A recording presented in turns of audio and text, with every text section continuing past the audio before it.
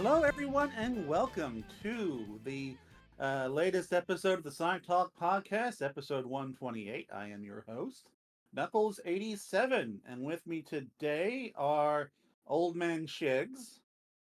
Hello, how are you today? And less Old Man GX. Hi. GX. Jack? I'm Oh, no. here. Oh, Here. okay. Here Good. to talk. This is a microphone. For a I'm second there, I told I'm thought you not. died of old age. I'm told I'm not supposed to go on the computer without any adults in the room because they might steal my identity. We're not going to steal your identity, I promise. Are I mean, you a Bitcoin? Are you a bit? Do I go to the blockchain here? I'm a Roblox currency, whatever that's called. Roblox. Oh, even Roblox? I know that's a scam. Hi, I'm I'm here. a Roblox and Shigs is an Ethereum. Hi. It's a Sonic Talk. Yes, where we mostly talk about Sonic, but we will be going off topic a little as usual, including at the start, because Shigs has been playing his PS2 Slim. Nope, that topic has been accounted for. Okay, so we're not. I was just saying that it's not Sonic related, and we're talking about it. So that was going to be my way of leading into Shigs starting talking about it. So wait, am I talking about it, or are we going to Talking about it? Yes, Okay, we're talking about it. I announced this Oh. in the Discord, Shigs. Do you ever So read anyway. anything? Oh, but GX said we're cutting it out or something like that, so it got me confused. Anyway. Oh, so so GX is to blame. No, I said the exact opposite. I said my stuff, not yours. Okay. Anyway, so I recently I live in Oregon, and if you live in the Northwest, there's old tech everywhere. It's popular, and Lucky. especially retro gaming. Retro gaming is super popular up here. So we have two.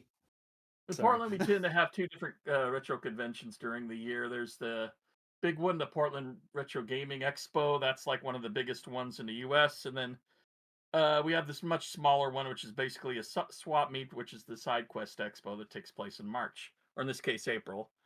And I took a look around looking for mostly like some Super Famicom stuff and some Atari stuff.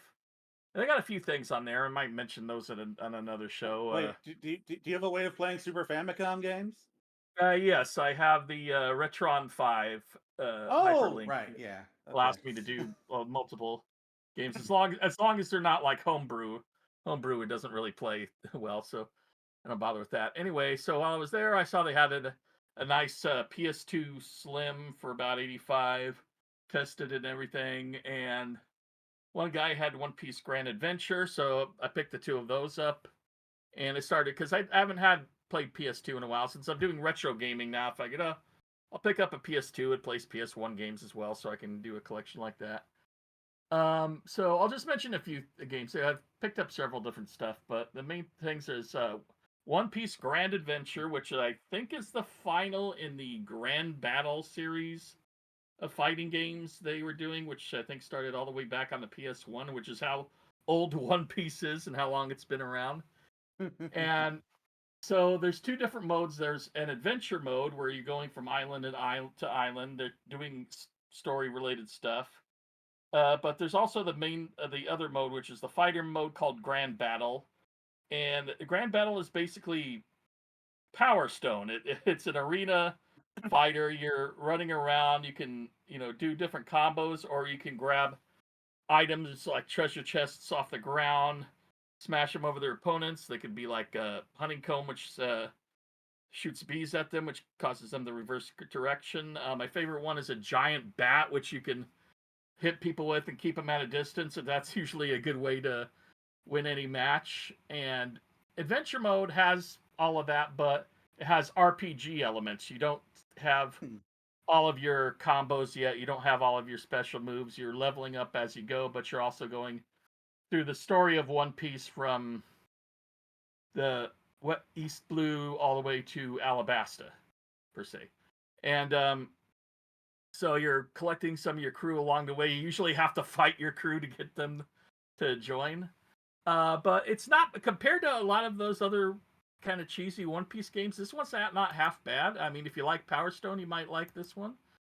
Which one do you Huh. consider? Which ones do you consider the cheesy One Piece games? Because I played the at least one of the iterations of these arena fighters before. Like it's fine, but like the Yeah, ones I, the it's ones not terrible. yeah, the ones I kind of feel a little bit more strongly about are the Unlimited series, where it's a big like single player crafting RPG. Yeah, Uh, that one. It feels like those ones I've played, the Unlimited World, like Red, and I want to enjoy it, but it feels like I'm just running around with not a lot to do at Hmm. any period. Where this is more Well, streamlined per I se. remember hearing like mixed to negative things about basically all of the One Piece games that came out during this era.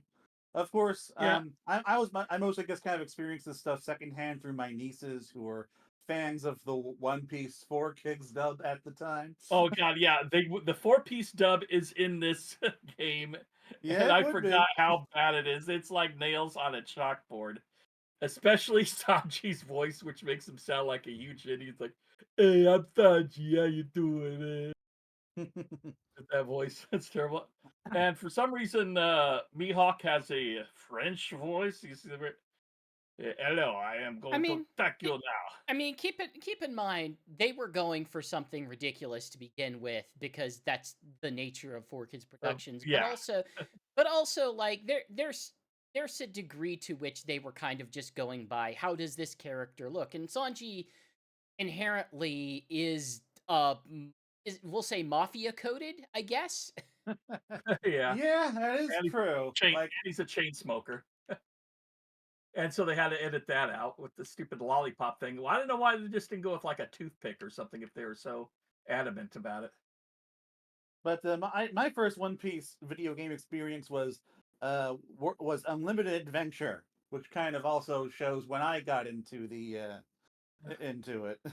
I think mine was Pirate Warriors 2. And that series is Oh, actually pretty good, I think. yeah, Especially that 4. was after 4 me. is my favorite One Piece game, Pirate Warriors 4. I will Hmm. say one thing that made me laugh is during the adventure, of course, you go up against Mihawk, and you cannot defeat Mihawk. He's level 20, and your Zoro is like level 5. So all you have to do is survive the match. So the whole time I'm just running around the map, staying the hell away from Mihawk for one full minute until the match ends. Weird. Okay, It's pretty fun. weird follow up question. Could you grind in that game in order to get yourself up to like a comparable level? I think so because yeah, my Zoro's now at level 7, and Oh, I'd need to know. I've only just picked up Sanji. Oh, So the I bet chances you are could. I can. I bet you could Game Shark that into, and I would wonder if the game has a fallback for oh, I am actually good enough to defeat this other character. Right. What also makes me laugh is Mihawk's got a one thing where he says, here I come," all the time. But he does a swoosh when he does it, and the swoosh effect blacks out the here part. So he's constantly going, like, I come, I come every time he does that. It just makes me laugh. It's just ridiculous. Anyway, but like I say, it's okay. If you like Power Stone, you might like this.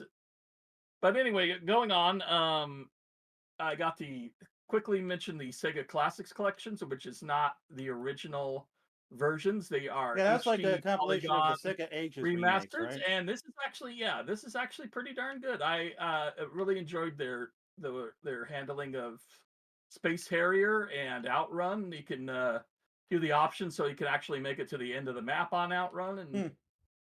the games can be easier and more for a home experience rather than an arcade experience. I have a Capcom Classics collection also that's similar to that. Now what else I was going to mention was Sonic Unleashed. I have the Wii version, but I can't stand the motion controls on it, so I found one for 15. So I picked that one up, and Yeah, it's the Werehog stages are better on the PS2 version than I say over 360, just as far as Well, gameplay probably helps that goes. they're shorter. Yeah, it helps that they're a lot shorter. Well, they're not that much shorter. They're just broken up in chunks, but they're easier to play. I don't like that because they took the motion controls out. They put the buttons on opposite sides of the 4-button thing, so you're having to hit like square and circle instead of just square a bunch of times with occasionally like triangle in that. So it's square, circle, and triangle for like a heavy attack. It's kind of odd. But the one thing I forgot about this game, which really frustrates me, is after you finish the Werehog level and you meet up with Tails, which you did not do the boss fight for, you just finish up those levels, and then he No, instantly destroys that's more of like a the boss. mini boss at best, anyway. Yeah, he just destroys the boss. Anyway, so you meet up with Tails. He said, "Okay, we gotta go to Spagonia to find out about Professor Pickle." You go there, you talk to all the people. You find out Professor Pickle's been kidnapped. You go to Missouri. You go And it's through like all that. there's no actual hub worlds in this. Yeah, I was Yeah, gonna. the Yeah, hub I was gonna worlds are say you just don't talk to the hub anybody. worlds are. You do talk to people, but you talk to You them do on a talk to map. people, but it's like a You static you screen. select them, and okay. it's just a status screen. Yeah, so you Yeah, I was talk to gonna. them like that. There's no. So basically, there's cutscenes you can't skip. Then just talking to 2D pictures for a whole bunch of time. Then cutscene to talking to 2D pictures. Then you pick up Professor Pickle. Then to go back to Spagonia and do another cutscene. More talking to people back in Missouri, and finally, like after literally over a half hour, you get a boss fight with Eggman and a giant spider, and then you go back to another cutscene, another few times Yeah, talking to people. I This this goes on game. for Yeah, like streamline that. 40 minutes where there's no action stages at all because they decided to skip some of the continents, and I'm like, what the hell were they thinking going this far out with 0 action stages at all? This game was It's very insane. much along the lines of like, hey, it was basically the equivalent of Dimps being called on to do the portable versions of all of Yeah, these it's like main series we Sonic just games. need to pump out a Wii PS2, version of this game real quick. We don't care how, about the quality as much. Yeah, it's I will say the Sonic levels are okay, but they're nowhere near as good as the 360 versions. Well, You take yeah, time it is. like Werehog I prefer this just because they cut them in chunks and the controls are much better. I mean, Werehog is basically the one just thing like I will say, this is much better than the Wii version. The fact that when you're climbing up like a pole or anything, you're just automatically climbing. You don't have to do this shimmy with the motion control bits constantly. doesn't the Wii version have a classic controller option? Um, Actually, I I'm think like so. 90% sure it does. You might be right.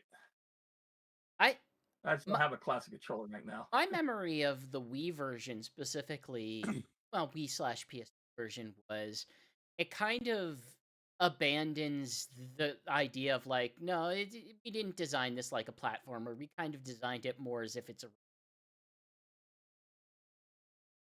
Yeah, one thing Hmm. I'll say, doing drift turns on the Wii PS2 version is much sharper and better than on the Yeah, that's 360. But that's about it as far as those ones, because there's way too much space when you're racing out. They give you too much room. It doesn't feel tight per se.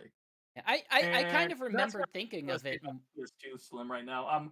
I've been lucky that most of the games have been compatible. I had one problem with the used Ridge Racer game, just because if the lasers on these Slim models are a little more sensitive, and if your PS1 games have just the tiniest scratches, they just won't play. Really, they got to be You were buffed. saying GX? I was gonna say I kind of remember having more fun trying to beat the just beat the time attack requirements in those or grading requirements in the Yeah, I also SD version. I also like that the Moon and Sun medals are tied to how well you do in a stage rather than having to hunt them down individually. Yeah. If they ever remaster that game, they gotta just cut that crap out. Anyway, so moving on to something we've all gotten to experience recently, which was the entire Nintendo Switch 2 rollout and pre-order stuff that's been happening over the last few weeks. The Switch 2, it finally got its big reveal at the start of the month. $500 for a Switch with the Mario Kart 8 Mario Kart World bundle. We got to see Mario Kart World, Donkey Kong Bonanza, a bunch of cool third parties. Overall, like a decent rollout, followed by a lot of news that was Drama? difficult to swallow, and and some people are a lot of people are still angry about. Yeah, as long as we don't get anybody in chat here shouting "drop the price." Yeah. I will say this is the most Sony Nintendo's ever been. I mean, I'm just gonna. Given the timeline, it's maybe the most Saturn that it's ever been. Consider the timeline of what we've actually got. It was only introduced like a month ago, and then pre-orders happened like this week, and then it comes out in a month, like a month and like a week or so. But Yeah. it's so compacted a timeline for something that we barely knew anything about, up to the point where like we still weren't sure before they launched or before they did that initial reveal, like what the stupid C button was for. There was rampant speculation on like what could this button be for. Then we find out it's for the obvious thing. Yeah. I was really rooting for cast, but nope, chat. And like, I don't know, I'll probably use that a bit with you guys. We'll see how much you guys do stuff online. But like Mario Kart World looks neat. Oh, I'm very excited for World. I'm more excited for Donkey Kong Bonanza. That game looks really cool to me. I want to know more about that game structure before I'm really into it. It's the kind of thing like Mario Kart World. The reason why that game speaks to me is it plays into my big open map thing that I have that makes me want to do all of the things and to go all of the places and discover Bonanza stuff. also has big open maps, but it's not a. I mean, like it seems to be a very open game from all the footage and stuff we've seen, how they've talked about it. But and unlike Mario Kart World, it's like it's a proper platformer. So, like I don't know. For me, like I am just a little concerned that about certain aspects of World, but people have played it. They've said it's fun. Although they've also said that they've played it like under very strict controls. So yeah, I don't know. We'll see how things are when the game comes out. it's another. There's still the other question of like, okay, how does handling work for it? Because they have introduced a series of interesting things that you would expect a Sonic racing game to have, but somehow the Mario game has it instead. Like rail grinding and parkour. Rail grinding of all things. And parkour. That was surprising, and like the rail grinding and the wall running and the wall jumping, that does all look very cool. I'm looking forward to seeing how that plays into the various tracks. It's funny that they implemented well, I guess most racing games have these days, but I'd call it the Forza Rewind. But the Forza Rewind doesn't actually rewind. Oh, yeah. It rewinds you, but nobody else. So you Well, just that's have to also deal what with this it. does. Yeah, so the rewind is definitely not for like single player stuff. No. It looks like. I personally Makes the most appreciate it because I might be willing to sacrifice my 6th or 7th place showing just to do a part of the track again. I messed up. No, I don't think you can do that. I think they won't allow it. Oh, that's I mean, player. Yeah, that's what they're saying. That's what they allow it for. Yeah. Yes. That's the express purpose for it. You can rewind it, but just won't affect anyone else.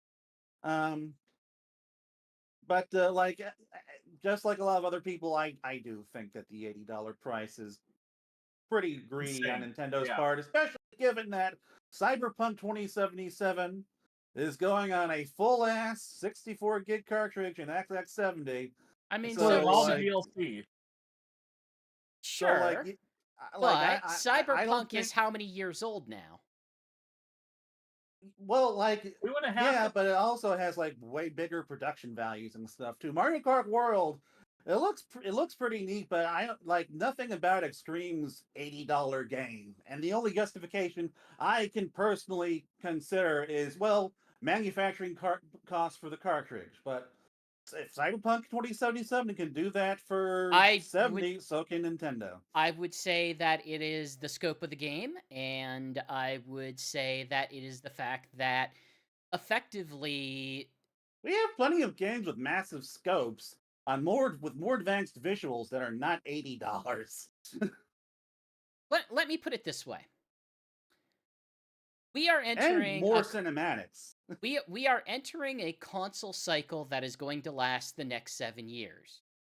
7 years ago, whenever the Switch was first started, when games were $60, effectively we have maintained basically through inflation.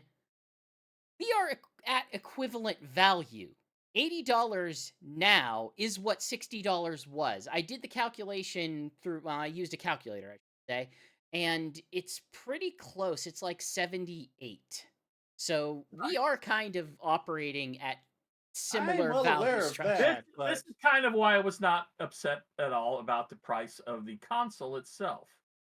The console is pretty regardless, Nintendo's going beyond the industry powerful. standard for a game that frankly does not look anything like Oh, do you, I anything get, better than anything else that's coming out X70. so my question then Aside becomes, from Nintendo's own usual quality. do you think that AAA game prices broadly over the next 7 years will move to 80?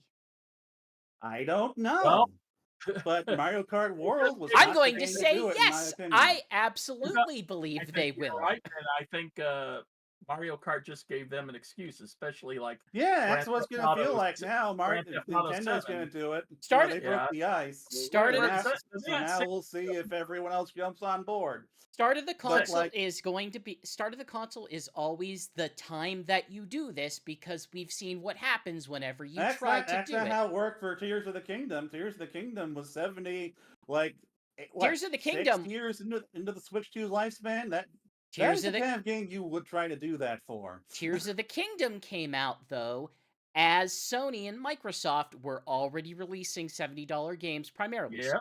Years after, and like on much more advanced hardware with much more Eh, advanced games. I don't know if I would say much more advanced. Much more visually Well, advanced higher games that cost production way budgets. more to produce, Okay.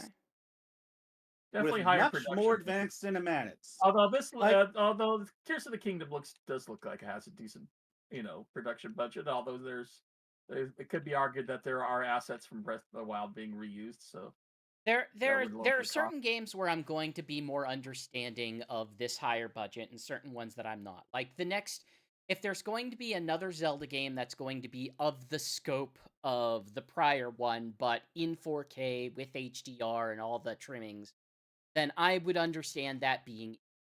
But by and large, like, what are the things that they've actually decided to sell as 80?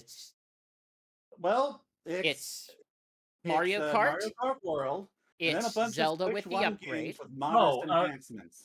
Zelda. One of the Mario Party games is 80 Yeah, too. it's going to be the old games that they were selling at 60 with a $20 upgrade or a $10 upgrade.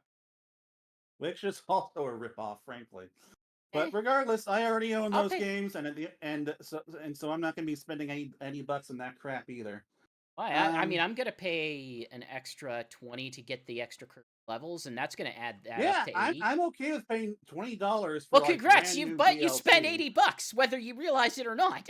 I spent $60 on a complete game a few years ago. If they make new DLC, yes, I'm willing to spend more for the DLC on top of that. Now, if they wanted to do that with Mario Kart World, I would be more understanding. Like, and now I'm hoping that the DLC is free. Like at the very least, that will help Yeah, justify that's what I'm an wondering. $80 Like, price tag. are we paying for advanced DLC, free in the bundle? If you're Nintendo Switch Online subscriber, or something like they did with Deluxe. Yeah, But regardless, we've talked about the price enough. We should get into the fact that yes, we did all in fact buy this thing. Oh, one Although thing I'd like to add is, how do you feel about the console being like $450 or so? Do you think that's a fair I think price? I was expecting it to be at least 400. I think 450 is I was completely too. reasonable given what they are giving us in the package and given how it measures up to the Steam Deck. Like yep. it's like Yeah, it's pretty it's at least powerful, as advanced portable. as a Steam Deck. My statement And is, as it has long been, this device is more powerful than my Steam Deck and costs less than what I paid for it. Now, the Steam Deck, obviously, I will make some value back from the less price of software on PCs, but Yeah. the point kind of still stands. Like it's really solid hardware. let me just go over it. So like it's more advanced than the Steam Deck.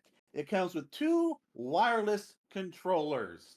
That technically really is only one wireless controller. But regardless, Steam Deck does not come with a wireless controller. It does not come with a dock.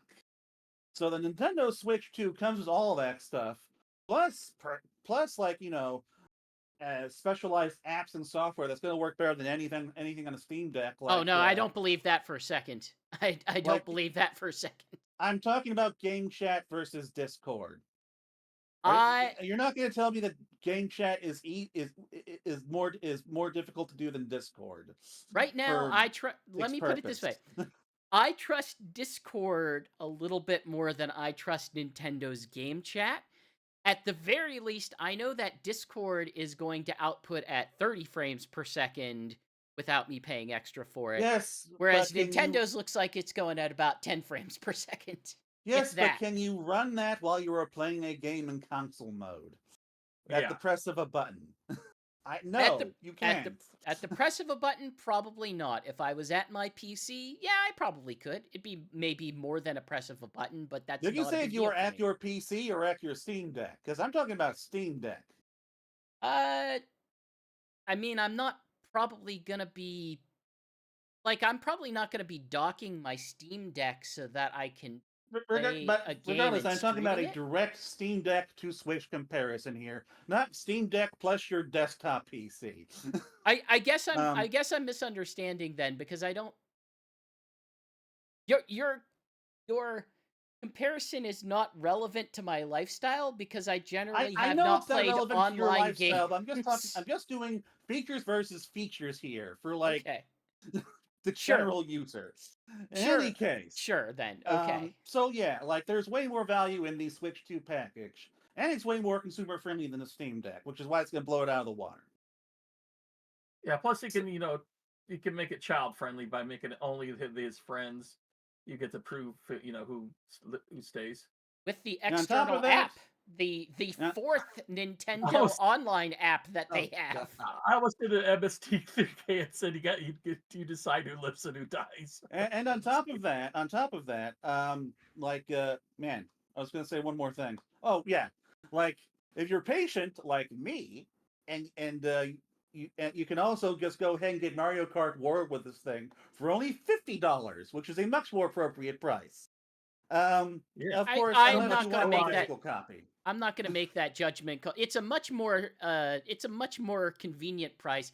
I'm not here to judge the value of games before they're actually Mario out. Kart World's gonna have to have a hell of a thing for me to price it at 80. In any You're not case, the biggest Mario Kart fan though.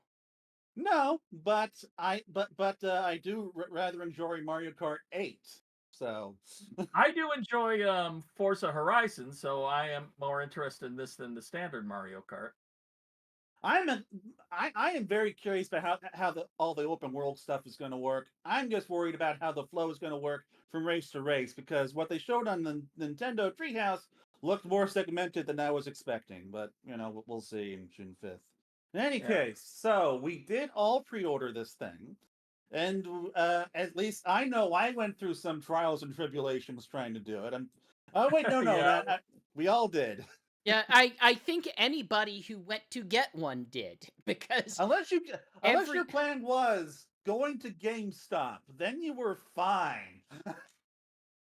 more or less Yeah. like Well, I I this time. Oh, sorry. Go ahead. I deeply hate the prospect of complimenting Ryan Cohen's garbage box retail, but somehow physical retail pre-orders at GameStop seemed like the most convenient way to try to manage this. Which made me very happy because, like, okay, so um, back in the halcyon days of March 2017, the day before I was going to go to the Switch midnight launch, I broke my ankle by slipping in the laundry room, and I had to spend Switch launch day in the hospital. And although thankfully my housemate was nice enough to pick it up and bring it to me. So I still got to play, but regardless, ever since then, one of my stupid personal goals has been go to the Switch 2 midnight launch. And to do that, of course, I can't just pre-order from like a from an online retailer. I have to pre-order from a store.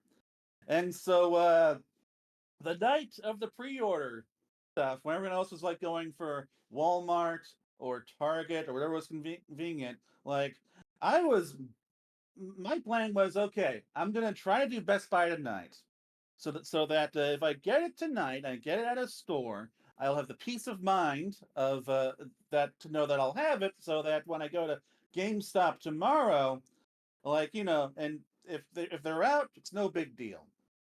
But little did I know that getting it from Best Buy was going to be a massive pain in the ass that was going to Oh, keep I me up gave up. for hours. They were my first You want choice, to and I talk? gave up on them right away. You want to talk Best Buy? No, no, no, no, no, no, no. Target. Target Really, Yeah. because crumpled Target's the like a one I got tissue. one from. So But oh, it was still a nightmare. so the Target buying experience was you go into Target, they do not have a queue system. They have not implemented any manner of system to kind of regulate the way that these are going Their out. queue system was, did the website break or not? Did it Yeah, take the Switch no, out of your cart or not? I no. will The say best part. nothing was in my cart that seemed to stay in my cart. Well, because Oh it took no, 10 minutes from the time it was in my cart till I could pay because I was having so much trouble. Shigs, the problem was not getting it into your cart. The problem for a lot of people was I have made this purchase. Oh, they just canceled my purchase. Yeah, it was a miracle that I Uh, even got mine up to like, that as point. I understand it, basically the website was failing at every single step of the process. Yeah. Like, it would fail when you put in your address. It would fail whenever you put anything into your cart. It would fail when you tried to buy it after it was in your Yep, cart. it took me forever, So and then I ended up Wal- canceling eventually anyway. Walmart was kind of there. So Walmart had a queue system that I would best describe as it worked for some people and not others. If you got to see that you had a timer on where you are in the queue, then it was probably going to work for you. But there were a handful of people who got the statement that they were in the queue without a timer, and it would just sit there eternally. Hmm. So, Yeah, I eventually went over to Walmart as like a backup in case everything else failed. But yeah, it just said, "Oh, stock is low. You might not get it," and then just sat there like that for an hour and a half. But anyway, so Best Buy started a half hour late, like for no reason. Like Which so, like probably I'm just made it sitting. better for people who were late getting to pre-order because so Yeah, it's I it like, have worked hey, out for this site's them. suddenly working. I have heard it theorized. I have heard it theorized that part of the reason why they could have started late was strategically behind all of the others absolutely going to hell. I don't know if that's true, but I mean, I regardless, got it it. it went would to be hell. convenience. Like finally, like I managed to get in at 9:31. Sorry, at 11:31. At 12:31 a.m. I'm already getting kind of tired because I should be going to bed at like 1 a.m. for GameStop tomorrow, and so like I get in, and then it gets like it's 6 there, and it's 6 there, and it's 6 there, and eventually I get like after a few minutes I get stressed out, and so it's like, okay, I'm putting this on my other iPad too, and so I'm just sitting there for 20 minutes, 30 minutes, 40 minutes. And then my second window just completely breaks down, fails, just cancels, dies. Um, and I conclude, okay, maybe having maybe having it open on 2 devices like broke it somehow. And so like, okay, it's all on you, original window. And then finally, after like 45 minutes, the damn thing just pushed me to an empty cart, which I had read earlier was happening to a bunch of people. And so it's like, oh shit, I gotta start all over. But then I read from someone else on Twitter, well, I opened the app and it got me in there in like 5 minutes. And so I'm like, okay, I'm gonna restart on this thing, restart it on the website on this device. And then I'm gonna open the app, which I guess downloaded on this device. And so like, and so then I'm like, I'm waiting more, and I'm waiting more, like, and like it finally, eventually, the app finally gets me through. Like at 1:50 a.m. I saw I sent you the Discord text at like 1:51. Um, and so like I finally got in on the app, but only to discover, oh, wait a moment. Well, I don't have anything set up on the app. And oh no, the payment information attached to my account that I've not used in a while isn't working. My Best Buy card isn't working for some reason. Oh, I I could not use my card yesterday. I had to do everything on PayPal because even though my Target thing went through, they put a hold on it, and that was just gonna sit its butt on my card, preventing me from doing anything else meaningful with it because my bank was paranoid that someone had stolen my card. like I have like a 10 minute countdown on this thing, and so like I am rushing around trying to like trying to like grab my wallet, trying to like figure out, okay, can I like get this done through PayPal or something. I don't think PayPal worked for me either. And eventually, I guess finally gets put in my debit card, and it went through, and it went to the right store, all that stuff. I was good. I went to bed. Next morning, woke up, uh, and like I skipped most of my morning routine. I hopped. I got dressed, hopped in my car, and took an hour drive to GameStop because I had to be up at my parents' during this, and I don't want to be picking up my Switch 2 up here. I want to pick it up where I live, so I had to drive an hour back home. I got there at like about 10:30, and thankfully there's only like 16 people in line. Apparently, like a couple, like one guy had been there since the previous night. I'm all like, man, I know the Switch 2 is never worth that to me. I cannot imagine doing that.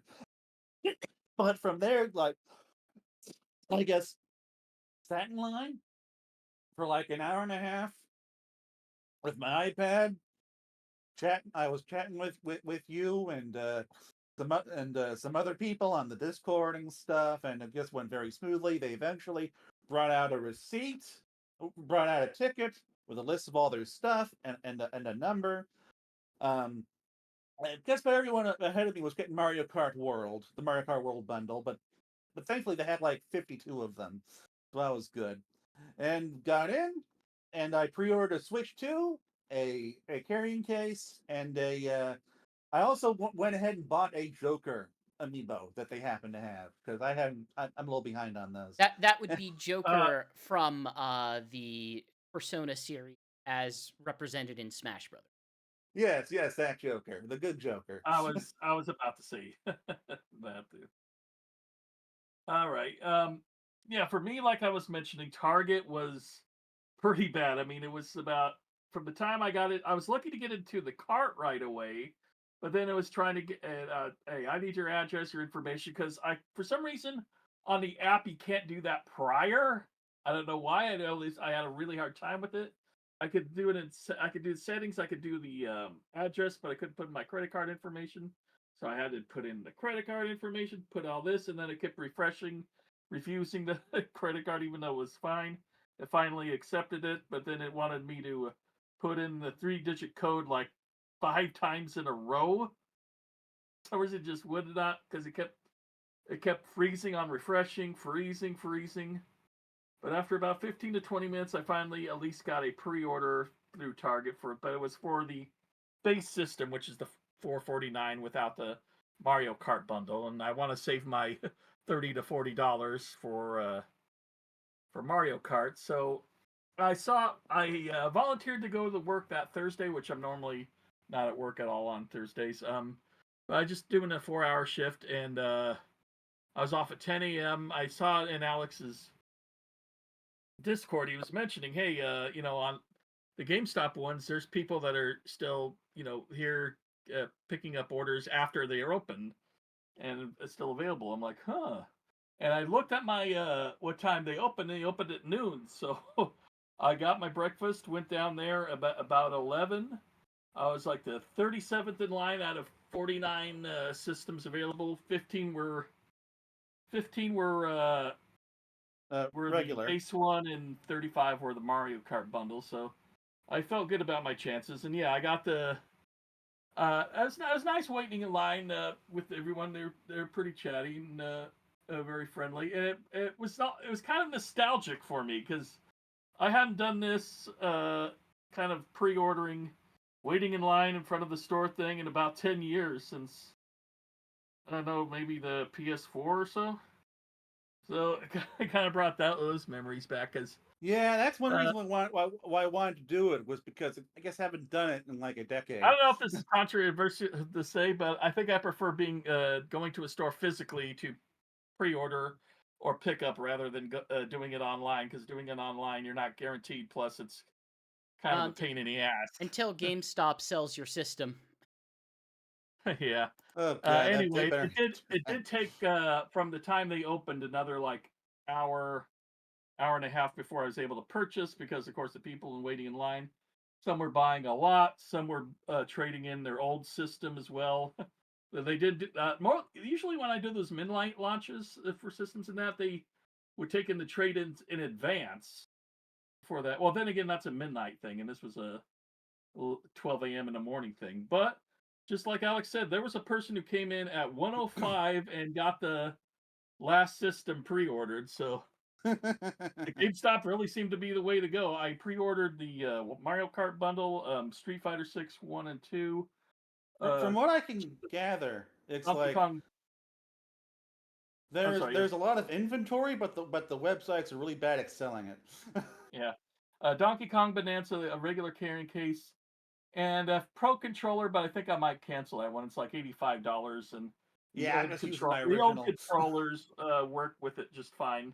It just has 1 or 2 more features, so I think I'm going to cancel that one out. So Resident Amiibo Collector has something very interesting of an experience going for this. So I did my pre-order. I got in one for myself, and I was able to find another for someone else who did one that I can get them for.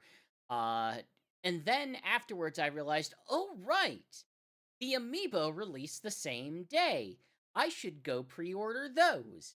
And I went to Best Buy, and I was able to order every one of them except for Tears of the Kingdom's Yunobo, the Goron warrior. That one is not available anywhere. Only Man. that one. I have no idea why. Every single Street Fighter one you can still get. You can still get the Tears of the Kingdom one to this day. They are still available for pre-order. They haven't sold because it's probably too expensive for most people. Weird. But not that specific one. It's very strange. Maybe they just forgot to put it up for pre-order. I mean, it's on like every store that I've checked. It's just like that's the one that isn't. So I'm wondering if Nintendo doesn't know their stock, or if something's going to shift with that one. It's very weird. I don't get it. Hmm. Well, Rick, I was surprised when you said you got all those. It's like, well, it's a lot of Street Fighter stuff. Like, why would you want a Street Fighter amiibo? I have my dude. I have a complete set of amiibo figures. Like Like I said, I want to get the Street Fighter amiibo card set. It's just sold out right now. this, I guess I need to complete my Smash Brothers set, and then I'm done. I have the complete Smash Brothers set. Like I said, I have the complete set. The only ones I do not have are the Japanese 7-Eleven contest exclusive gold variants of the Monster Hunter ones, and those ones I'm never going to get. That is going to be a physical impossibility. But literally every other one I have. You might ask, Man. GX, does that mean you have both standard Skylanders Bowser and special recolor Skylanders Bowser? To which I would say, God. yes, I do.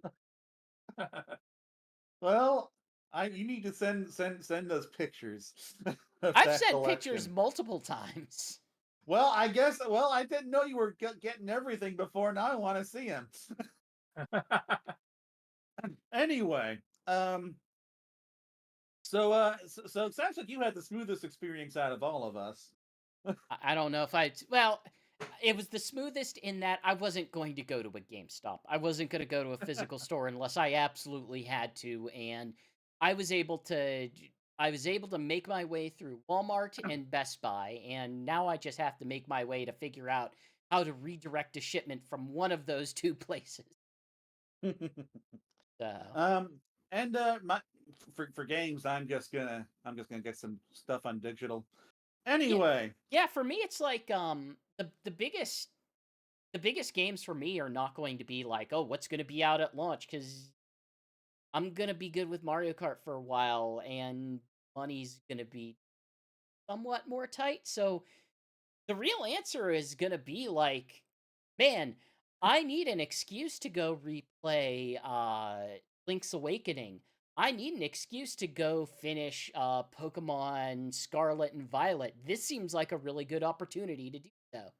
I usually get a little nuts with launch day stuff. Like, so like I do too. I bought a bunch of expensive amiibo.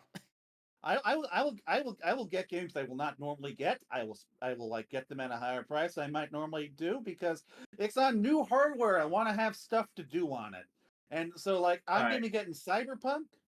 I'm going to be getting the Street Fighter, which for me is almost an old standby because I got that on 3DS. And I'm probably getting Sonic X Shadow Generations. Although the last one is at least. I'll be honest, I'm kind of tempted with Cyberpunk, even though I played through it before. I'm there's part of me that's really hoping that obviously this wouldn't be adjusted for everything, but I'm thinking of games where they're using technology like dynamic resolution, and really hoping that kind of thing gets a bump with the higher level of hardware. And if it is, I have never played Xenoblade Chronicles 2 that much. Ooh, an opportunity to do that. Yeah, I haven't beaten it. I do need to go back to that. Like there are definitely some Switch 1 games I do plan on going back to once I have this thing. I haven't picked up Xenoblade Chronicles X yet, and that seems like a real good. Plus, I have, and I've played a bunch, but I really need to play more. But anyway, so I am curious on if some older games that just that are not specifically upgradable at least have some slight performance. That's what's interesting, like because anything that has like a slower frame rate might be a little smoother this time around. My understanding of how they are handling backwards compatibility is that they are doing some sort of real-time code reinterpretation. So that's why I'm hoping, like, hey, if there's an amount of overhead that a game can just route, it has. Maybe not to, like, bump up frame rate, but maybe to at least, like, hey, we understand that there's room for more resolution in our dynamic resolution thing, so that we might not have to run it at like 480 whenever things are too crazy on screen. Yeah, I will be curious Right, about or that. maybe at least fix Anyway, Street Fighter or Mortal Kombat 1 in some way. so to go back to what I said earlier, Sonic X Shadow Generations, as well as Puyo Tetris 2S, have both been confirmed as launch titles for the Switch 2, which I will admit, in the case of Sonic X Shadow Generations, was a little surprising to me. Sega doesn't often port games like that to new platforms like this. Knuckles, Sega has 4 games on the docket right now coming to Switch 2. All of them are remakes and ports. Yes, and this is new for them, and I am mostly happy, I aside from the fact that in the case of Sonic Shadow Generations and Puyo Tetris 2, there is no upgrade path for people who bought these games on the Switch well, 1, so which in the okay. case of Sonic X Shadow is kind of crappy because the game just came out a few months ago and it sold best on Switch 1. Yeah, I am not going to buy Sonic X Shadow Generations for have to. I own it on PC, and that's going to be the best version for me to play it Yeah. on. But it just kind of sucks. Like, that game is Like less than a year old.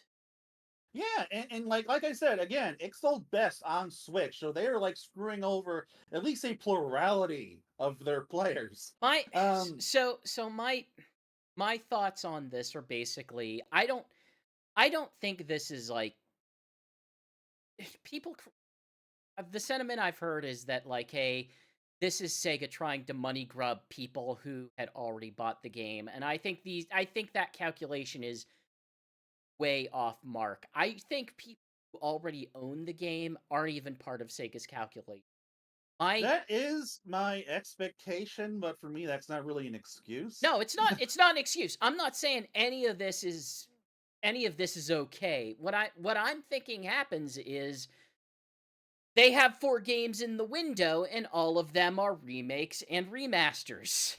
And Sonic X Shadow Generations is a game that they could probably, in a pretty straightforward way, get out in that window, much in the same way that they can re-release Puyo Puyo Tetris 2, throw a letter on it, and say, we added mouse controls. It's a new game. There's mouse controls. It's completely different. It's a completely different And game. I'm Yeah, also sure it's from what I'm 4K or hearing, something. also what I'm hearing is very easy to port to this system. Like the people who developed Cyberpunk 2077, their demo for that came Well, out for the thing was they I'm gonna said have to they did it correct in you. like 7 weeks. Technically, what they actually said was there was a 7-week-old build, not that they did it in 7 weeks. Oh, okay. But regardless, um, I think they unlike a just lot of I was unlike a just lot of other games, or some other games like Sonic, Hogwarts Legacy, where they had to completely build completely new assets to even get working on Switch 2. The one thing about Sega Sonic games is that they tend to be pretty scalable, and so the yeah. Switch version is just like the PS4 version, but it just doesn't look nearly as good. And so that feels like a thing where they should have been able to offer some kind of hey, give us $10 or $20, and it'll look much better now. Oh, for sure. I there's It's possible, if I'm giving full benefit of the doubt, that Nintendo is not offering that as an option to, That was something that was something I was considering but too. at the same time, Sega is a company that's in real well with Nintendo. Like, they make Nintendo exclusive games. They have made several Switch exclusive games, or at the They very could have least, time made a exclusive Switch. games. They could have made a Switch 2 edition. If they Um, wanted to twist Nintendo's arm to say, "Hey, we kind of just want to give people a chance to upgrade," I think they could have done it. yeah, the only real being charitable Sega view I could think of hey, maybe Nintendo just does not have any infrastructure for third parties to allow for an upgrade, and and like Sega couldn't get them to do it for this game. Like that's all I can think of. Because Nintendo can be a little weird when it comes to like They can, but I stuff like also that. but we know for sure, like, first party, there is the infrastructure for first party games to do this, and Yeah, I am of the general belief that Sega has enough of an in with Nintendo that they could get it if they really wanted it. yeah. But So I also think, like, I also think this is just, hey, we need to have something on shelves whenever this thing goes on launch so that people can You can't see. spell Nintendo without in. Yeah. Uh and this is a recognizable Sonic. This is a Sonic that people like quite a lot. Let's get people who are going in to get their Switch 2, find software on it. Oh, look, it is a Sonic. Let's have them buy the Sonic. and they did what, frankly, I thought they should have done with the original Sonic generations when the Wii U came out, because like, hey, port it to the new hardware at launch. Like your Well, you Sonic also game can remember be a launch title. this is one of their most successful 3D Sonic games in quite a long time. It's not Yeah. quite Frontiers. Frontiers honestly probably needs it even more than this game, Oh, definitely. but otherwise, like, hey, this is the game of the moment, and I if they start allowing for upgrades, Frontiers feels like a pretty good one to, but maybe down the line they could do that. So there is another controversy regarding this game that I completely disagree with the general populace, and that is the game key stuff. Well, Now, what? I was going to maybe say that, like, hey, uh I was watching a stream and I was reminded of all launch games. Do you know how? So I am stealing this from a Nintendo World Report stream. But I'm Okay, going to put you through the same paces. all So, right. of all Switch 2 launch games, third-party launch games specifically, how many of them are code on a card and not just a key card? How many of them have the code on the card? I genuinely don't know I'm gonna because say there's gonna be I a don't buy physical low games number. anymore. Do you have I any? still do when I can, but Take a this guess. generation's making me give up on that. Okay, what was the question again? How many games actually have code on the card and are not just a key? At Like launch, third parties. At launch, third parties. for Switch 2? Yeah. One. Yup. Cyberpunk. And that is it. Every other Wow. game is a key card. Oh, I misunderstood. It's actually wrong. Well, wait, no. Okay, no, those I don't think that was a launch title. There are a couple others, but I'm not sure if they're launch titles. So never mind. No, there are a couple others, that's true. I think one of them is Story of Seasons, but no. Yeah. The right now I'm going off of secondhand knowledge, so please take this with a grain of salt. My understanding right now is that the only cards that Switch has revved up manufacturing for are the 64 gig cards and the very, very small cards that you would put a key. And Wow. So like there's no 32 gig cards, no 16, no 8 gig cards. maybe those are coming down the line, but manufacturing for that kind of thing takes time to really get into effect. So realistically, you're either buying a full 64 card or you're just getting the key. And So I think that that Okay, explains now so yes, much if yes, that's the that makes it case. so much because it's just a lot cheaper to go that way But than the. regardless, like even if that weren't the case, um no publishers like spending money on these cards. Like, yes. even during the Switch, we had so many games that once they got to be big enough that people did not want to spend money to make a physical Oh copy yeah, of. Like there is a reason Tomb why the Raider. Switch tax was a thing. Yeah. And that was Tomb Raider. because cartridges are more expensive to make than And Blu-rays. these cartridges are even more expensive because they have the fast transfer rates. Yes. Okay, so like let me walk through why these are more expensive. So, like, in addition to higher capacity, like, let's say that those lower capacity cards do exist. Even if they did, they have the same kind of fast transfer technology as the micro SD card Express cards. And like, if you look at how those are priced like 2-3 times higher than the standard than what you can get a standard SD card at that same size for. So like this is like expensive technology, and they made it standard with their cartridges. So like that so like unless you're selling a $70 game, like I get the economics are just not going to track here. Like what if the only third party games that is not $70 and has the game on the cartridge is Story of Seasons, Yep. which is like 3 gigs. Yep. So I like cannot wait. and it's $60. I cannot wait for the beautiful moment whenever the first Switch 2 limited run games game releases, and it's gonna be a Switch key card. Oh, the internet is going gonna to laugh. yeah, laugh the so internet is gonna much. lose its mind with these weirdo prepper collectors. Like, cause like I've been pretty open on here about being basically a digital only player now. Like I very rarely buy physical anymore because it's just inconvenient for me.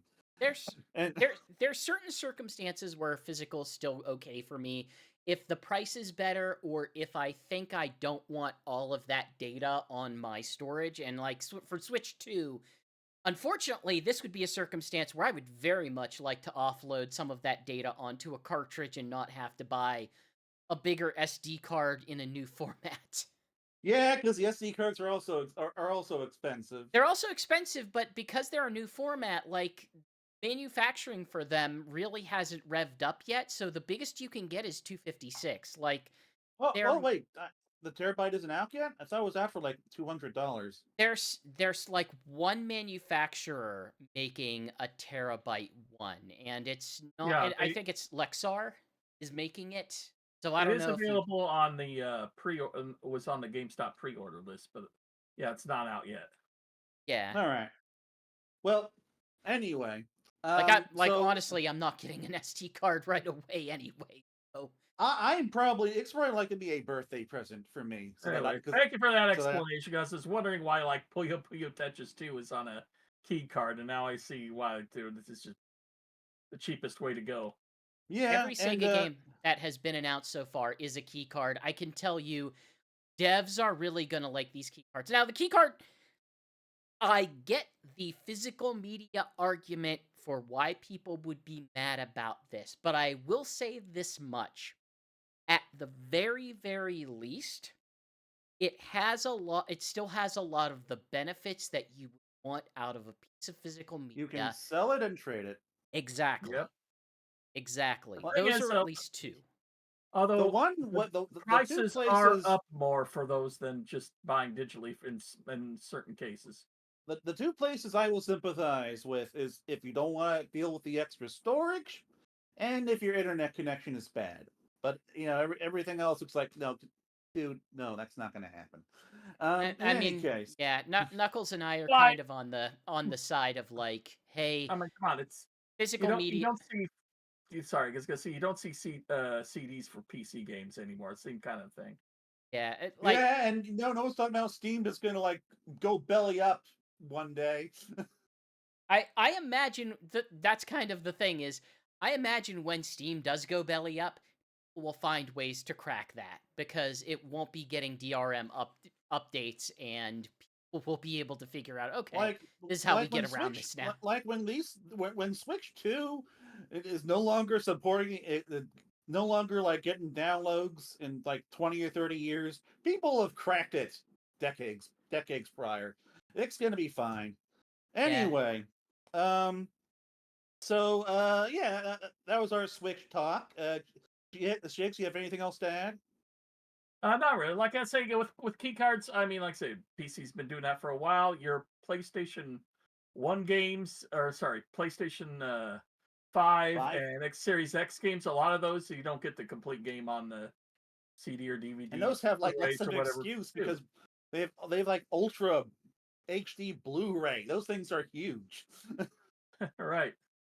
So not a lot of those you still have to install, and you still have to be online to install because there's just not enough room. Yeah. And that's the way it's going. It's going to get to a point where physical media cannot contain the amount of data needed for these games. Not looking forward to that. I am looking forward to something though. I am looking forward. GX of the three people here am Yes. looking forward to a Sonic game. Yeah. Just picture a Kermit gif there. Yes. So Sonic Stadium is in the Sonic Rumble Creators Program, and a part of I that. don't have one. I don't have a code. Well, So I'm not you in. can, like you can get in. You are on the website. Like you just have to Oh. like be willing to like do some coverage for it. I mean, alternatively, you could just wait like 2 weeks and it'll be out. Yeah. Yeah. But it's like, yeah, so we're in the creators program. We got an early digital download code for the Steam version. GX has played it on a PC. I've played it on a PC and a Steam Deck, which it has been verified for, which made me very happy because that's really how I want to play it. And it got a release date, May 8th. Yeah. So GX, you played it for the Finally, first it's only time. been So what months. did you think? I was actually pretty happy with it. Like, hey, He likes it. Hey, Alex. It's no secret that I haven't been particularly enthusiastic about Sonic's output over the last oh boy, 5-ish years. Since about 2019, whenever Team Sonic Racing came out. And a lot of that just felt like, okay, Sonic Team is primarily looking to please people who have a large amount of nostalgia for, let's say, the early Dreamcast era to the early 360 era, and I am fine with those actual games and have no desire to relive them, and was looking for a Sonic that felt like it could be a little bit more lighthearted, fit with what I'm looking for out of something thematically, and just not get up its own ass with story. And Well, you did have a whole decade of that. did. I did, but unfortunately that has been firmly out of vogue, both critically and in terms of what they make. But yeah, I was kind of looking forward to this because I thought the idea of having a multiplayer game in this style could be interesting, and ultimately, I think that they delivered on it. I think the Fall Guys esque thing that they've put together some things that are definitely distinct from what Fall Guys is. It has the similar structure and Like it has similar structure, but it's not like built around your character being super clumsy and difficult to control. Like the characters are controlled well; they're just a little slow. but at the same time, like it is not strictly a platformer in the way that Fall Guys is. It has a lot of platforming elements, but there's also parts of combat or just trying to get through different parts of a stage to mark it as your own, like a territory control type of action. Uh, Things that are very similar to Fall Guys, but not necessarily a complete replica of Fall Guys. And that's kind of where I'm like a little bit concerned. So I understand you do not like the way that Fall Guys feels or I Yeah. get why. I understand. I think though part of the interest of that, or at least what I find slightly interesting about that, is it does mean that you kind of are always in a situation from game to game where you're having to deal with something a little bit different. Um, Whereas the concern I have with this game is, okay, how much our round to round experience is going to feel the same if, I have a bit more consistency in who I am and what I'm going up against and how I can control. Now, like, it's going to depend on, like, who you're up against in a round. But I kind of worry, like, how much lifespan is this going to have for me? Hmm. Um, I I would say they definitely give you enough things to start with. I do not care for in any way the mobile structure of what it's attempting to. Uh, Yeah, I the season pass stuff. I was not even gonna go with the Yep. season pass. The season pass stuff. Okay, you know Oh, what? you're talking Sure. about all the things, all the leveling up things. Yeah, it does this thing that I see a lot in mobile RPGs where the main menu is just a vomit of icons where like rational design would say, okay, if you're going to have events and stuff, just have one section, put them all there, and let me go through them that way. Instead, this has sections on sections on sections on sections of things that you can click on after every game so that you can get amount of Skinner box rewards from it and just keep going. Just go to this other menu. It just takes forever to just get all your crap and then move Hmm. back onto the game. And the things that it attempts to reward you for aren't really that interesting per se. Like the Yeah, it's like basically all that leveling up stuff does is it just like lets you get better scores on the levels, but which it's does not even that. Like ah it's not even like just what the end result of it is. It's also what do you have to do to get it? Well, you just have to play good. Did you get the thing? Well, they'll play good again. We'll play more. Play a couple times. It doesn't really ask you to do anything out of the ordinary to do an accomplishment. It just asks you to continue playing and it will continue popping off rewards at you. That's that's not really e- basically I can see through the veil of how it's trying to obscure the the reward system, and it kind of annoys me that I can hmm, see through the veil and it's very thin.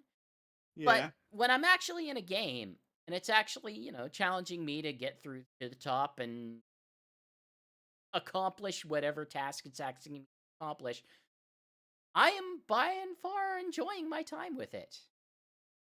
Yeah, Uh, like where this game really wins me over is just like the level design of the various courses and challenges and stuff. Like it remains consistently engaging and it's smooth and fun to play it's and still like chaotic. Like it's not yeah, without its chaos that in such a way that, you would want a game it's like this to chaotic but have. feels like more easily managed. Yeah. Uh, but I this is something that I could see myself playing at least for a while. I'm curious how it's going to handle once they start adding things like player skills. There's always a Yeah. hazard with that. But it hey, at the very least for now, in its current state, there is no play to win mechanics. Everything that they do want to sell you is along the lines of like, okay, this will boost your ability to get more cosmetics and have those cosmetics be more effective. We'll say Yeah. at points, and anyway, points are only useful in so much as they push you towards getting more cosmetics. Cosmetics and rings and red rings and stuff. So also currencies. Um Yeah, I think the only one I did not like of the mini games that it presented me with was there's one where it's like you have to get these balls in ah. slots of your team's color, and Yeah, the Seaside Hill one. The ball physics ain't great. no, it's very bizarre. I couldn't Like really it figure out how it's supposed to that work. works better in Sky Sanctuary, but the open field nature of the Seaside Hill one does make the kind of bad ball physics much more apparent. Yeah. Hey, when this comes out, like, I know there's going to be some people who are kind of against the overall structure of this, and they're going to be mad that, like, oh, I want to come at this as if I am collecting all of the characters. Do not come into this as if you want to collect all the characters. Do not do Well, this. Do do not do not do this. this with collecting all the skins in mind unless you are very wealthy and very patient. I'm looking at you, anybody who still plays that stupid Roblox game. But like all of the base versions of the characters in the game, you can get with for free. You don't have to spend money Yeah. in that. You just have to be patient. And I think there is a decent game attached to that, which is more than I can say about the stupid Roblox game. Right. So, Shigs, you have any questions? Well, I was going to add to that because it's similar that way to Disney Speedstorm. If you patient enough, you can get that racer you want. Like these mid-season racers, they tend to not be easily accessible the first time around, depending on how many racers you have. I think the ones they got right now are Snow White and the Wicked Witch because the movie's out now. They're just the cartoon ones. And at the best, it costs like 10 shards to unlock, and at the best, I get like 1 or 2 shards of these characters. But like 2 to 3 months from now, they will roll around again, and then suddenly you're easily able to get those 10 shards and that. So you just gotta be patient with those kind of things. That's For what I'm unlocking these. hoping with some of their current cosmetics, particularly some of the ones that we know that they are coming out with. One of which Yep. is guaranteed, some of which are not necessarily guaranteed until they hopefully roll back around. Now, I do just want to add, I played it on the Steam Deck, and it does play quite well on that, very smoothly. So, like, if you were hoping to be able to play it on there, I think that will prove to be a solid option for you. They But are yes, looking to launch it on Steam, and then aside from like phones and stuff, it is also going to be supposedly available on the Google Play for Windows app, which is a very sad and barren application beta. but speaking of skins that you are guaranteed to get, Sonic Rumble has actually managed to reach the pre-registration goal to get Movie Sonic, which was higher than I was expecting it to be. Like I know, like an episode or two ago, we were kind of Oh yeah. being we were kind of being down on whether or not it would even like Oh. reach its Oh, I thought its goals. I thought this game was DOA. I thought this game was absolutely dead on arrival, that it was not going to have anybody, but apparently it People got just waited, I guess. it like That's- doubled the amount of people in the span of what, like 3 weeks? Yeah, like something happened, and now it's at 1.4 million, and they hit their goal for the movie Sonic skin. So, if you play it, I think by the end of the year you will get it.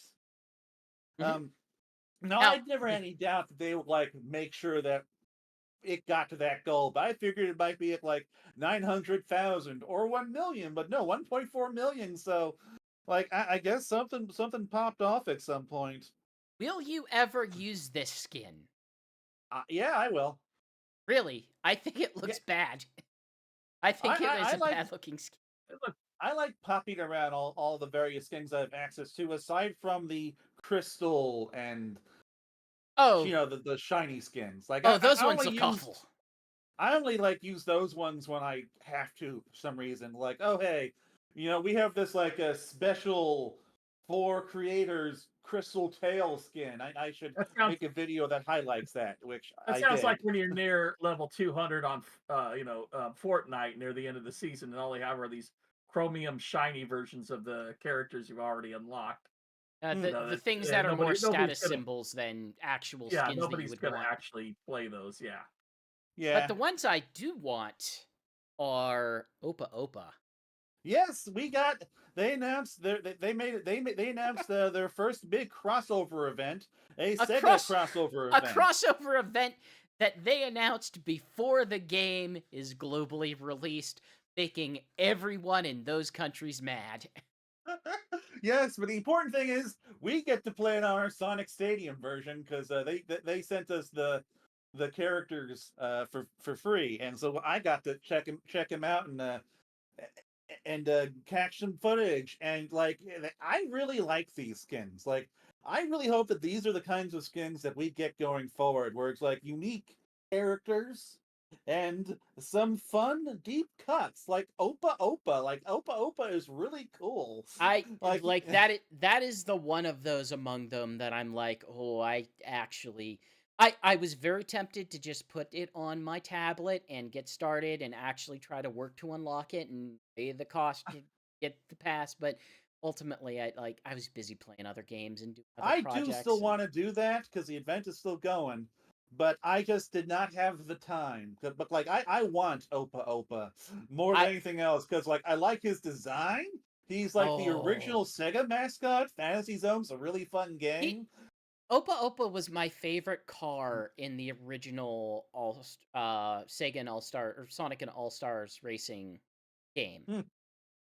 I was sad whenever Opa Opa did not return to trans. It would have Hmm. been amazing, but Yeah, that's a little surprising because like he can technically like run and fly, so surely could have swam too. But anyway, so like in addition to Opa Opa, that we're also getting Oopa Oopa, which is an even deeper cut from like I think Super Fantasy Zone. yeah, um, something like that. It's his sister, isn't it? I think so. I'm not 100% sure. Like, because like I like the only other Fantasy Zone character I'm aware of is like his dad. um, I so like am yeah, looking at the Fantasy Zone database wiki, and there's a database. I'm sorry, it is Upa Upa's younger brother. Ah, Apologies, I okay. did So not mean still a to sibling. misgender the spaceship. And which game? No, the sister is Oopa Loopa Doopity Doo. Shigs, go to jail. Like Oopa Oopa is like the blue one. I am seeing the appearance is 3D Fantasy Zone Opa Opa Brothers. Wow. That is Sure. obscure. I mean, They're not it's even like Super Fantasy Zone. to be fair though, it's just a recolor. Like that is the Yeah, one it is. scenario where It it's is. just a recolor. But so in addition to that, we also got two characters from Altered Beast, which was a little surprising to me, but they Three seem to be characters. pushing that lately. It's three So characters, isn't it? all right, it's three, but only It's two were available to play. So it's we all got three transformations. yeah, Werewolf, Were Dragon, and Were Bear. And then finally we got Super Monkey Ball, which is the least obscure of the lot. We got I and Mimi for that. And you got like they're like modern designs, I guess. Um, but like I really hope that we just get more Sega characters like this, where it's like, hey, like a mix of like the famous ones and the lesser known ones, like not just like from one particular era or another. Like, give us a solid mix like Give this. I give appreciate it. me Suezo. The people demand Suezo. It's I don't think we're getting Sways though. Darn. Like that's not We a Sega character. They're gonna have to like, we could actually get Hatsune Miku though. That's believable. oh, That is definitely. Oh my. believable, yeah. Could we get Godzilla?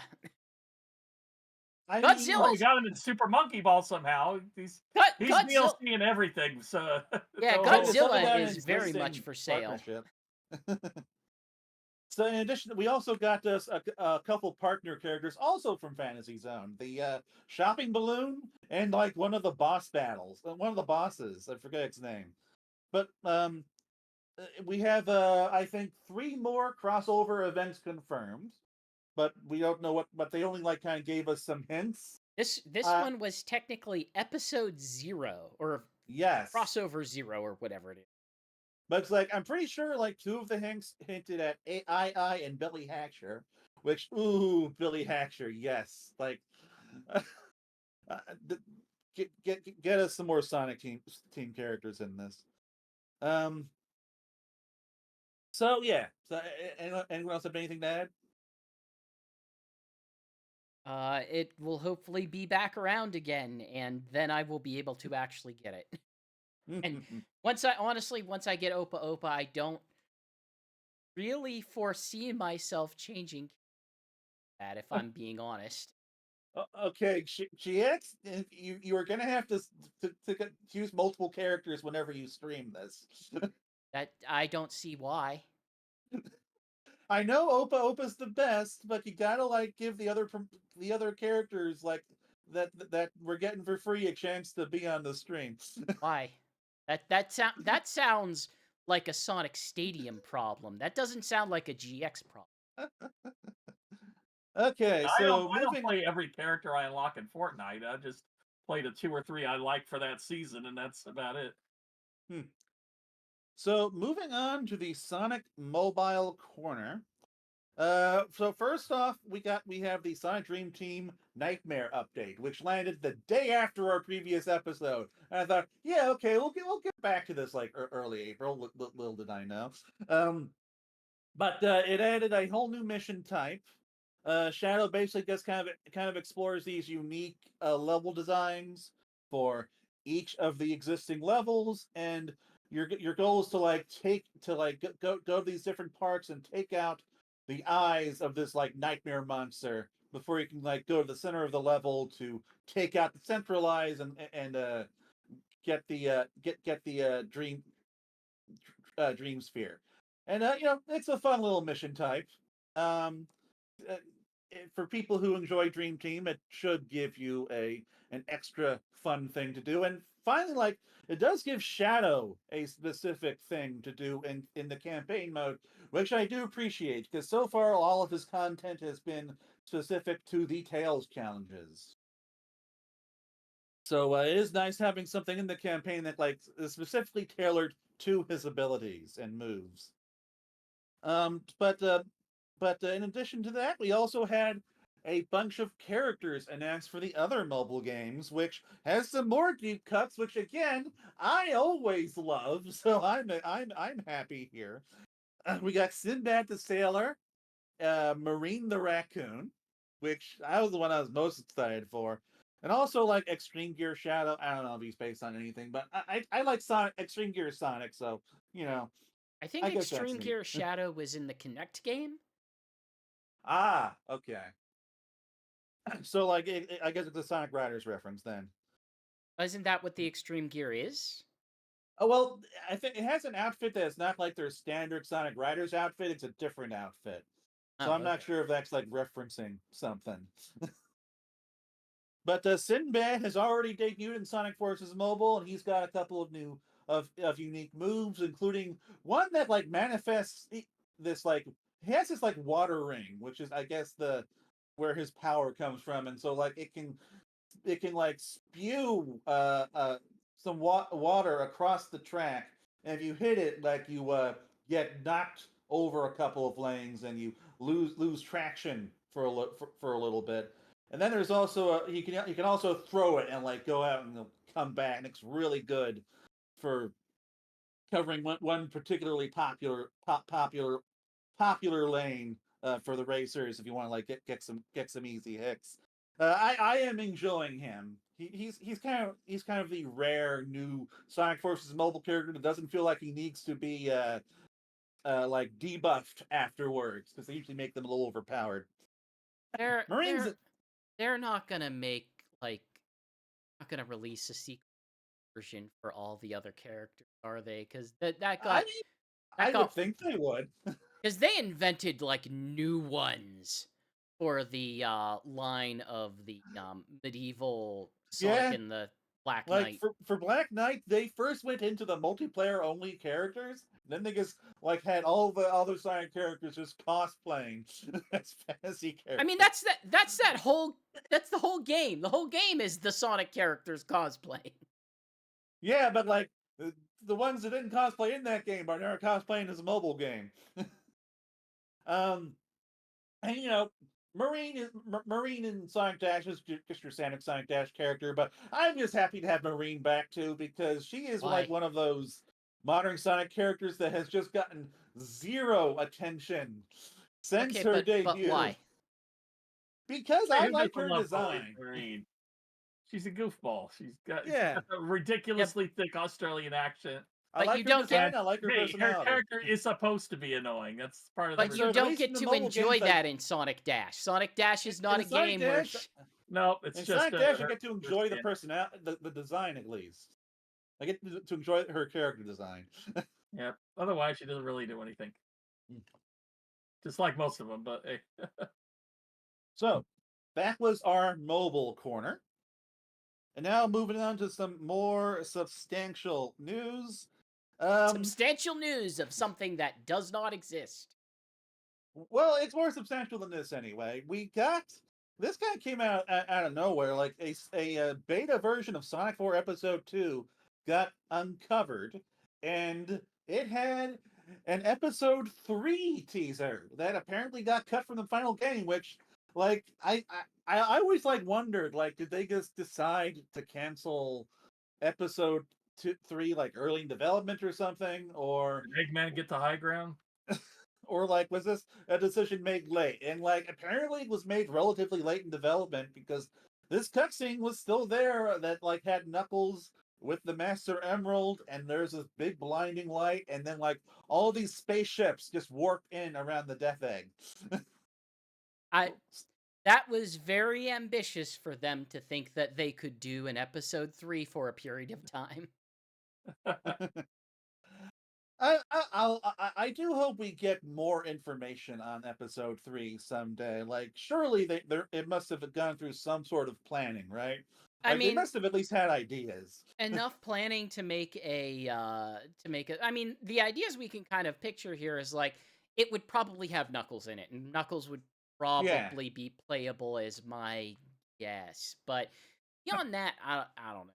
Like, but like Sonic Episode 2 like introduced that whole Sonic and Tails team dynamic. So I'm yeah, like, what would be Episode 3's thing? I Would don't just be, know. and Just now Knuckles is playable. I don't know. Just a reapproaching of Sonic Advance 3, I guess. That would be my assumption. Or I would think it'd be more of a reapproaching of Sonic 3 and Knuckles. Um, but do y'all have anything to say on that? It's Kind of probably interesting. It wasn't interesting enough for me to even look at it, to be honest. I Oh, watched it. It sure is a cutscene of teasing a game that they will not make. They absolutely will never make, and seems crazy that they thought that they could make it for a period of time. I don't like. I assume Episode 1 did well if they ended up Oh, making Episode 2. Episode 1 did perfectly well. I don't believe Episode 2 did particularly well. Also, Episode 2, there was a Sonic Generations between those two games. Let's not Yes, forget there one of was. those came out before Sonic Generation and the other one came out after. This is Sonic 4, but it is about modern Sonic. Like, what are we even doing? Yeah, yeah. Right. Like, let's not pretend that Sega had any kind of large overarching plan for this franchise. Um, although, like, I don't know. Like, I do kind of wonder if like Episode 2 got hurt by simply not being on a Nintendo console. Um, should have gotten a Wii U No, port. it's because people played episode 1 and they're like, I don't want more of this. Yeah, Episode 1, like, it reviewed okay, but it had real bad word of mouth, and that has only gotten worse over. Yeah. Hmm. But it is a shame because Episode 2 was a big improvement. It was a big improvement. It's not an absolute improvement. Like, I would rather have It's still no classic Sonic. Yeah. yeah, like I don't I'm not here to tell you that Sonic Superstars is a really great game, but I will tell you that we are probably better off with a Sonic Superstars than we are another Sonic 4. By 100 times 1,000, yes. I do kind of wonder if Knuckles is working with Eggman though, because it showed him like in some sort of tech I don't area. I cannot begin to Uh, care. He is yeah, always working with Eggman seriously, until he isn't. it's not a thing, so who cares? Anyway, moving on to social news. Sega did a Sonic Racing CrossWorlds for April Fools, and so did Sonic Stadium, and we had an actual game, which I find kind of funny. Like, Basically, you people had were you got assuming that we were both in of you on had the it. same joke. Both companies had the same joke at the same time. It's like, I, we got like we got like boosted by some fairly major Twitter accounts, at least one of which basically just said, "Oh, like this is that Sega April Fool's prank," and it's like, no, it's a fan site. I'm, I'm, I'm like privately kind of terrified that like we're gonna like piss someone off at Sega PR because they're gonna think we're like trying to masquerade as them or some weird thing like that. Um, but Dredd put it together. It was fun. I, as I recall, like there was like a some sort of time attack aspect to it. I think he Uh, used some sort of embedded creator service yeah, and then just made a thing. I don't know. but I will just say I it would have is. bing meaner in it. I would have made much stupider ones. I would I have was made sad when he mean-spirited ones. removed. Yeah, you would definitely do mean spirited. I was sad when he removed the whole what is Sonic known as, and it was going to be Hero. And like I said, ooh, that's gonna piss some people off. Leave it in, and he took it out because it's like, I mean, technically, like I guess you could that did probably have like multiple potential answers, but I don't know, like I guess it gets annoys me when people try to insist that Sonic is not a hero because of some Sega of Japan thing. Yeah, you interact with the weird fans who Yes, I do. it always baffles me anytime I put up a what's it called?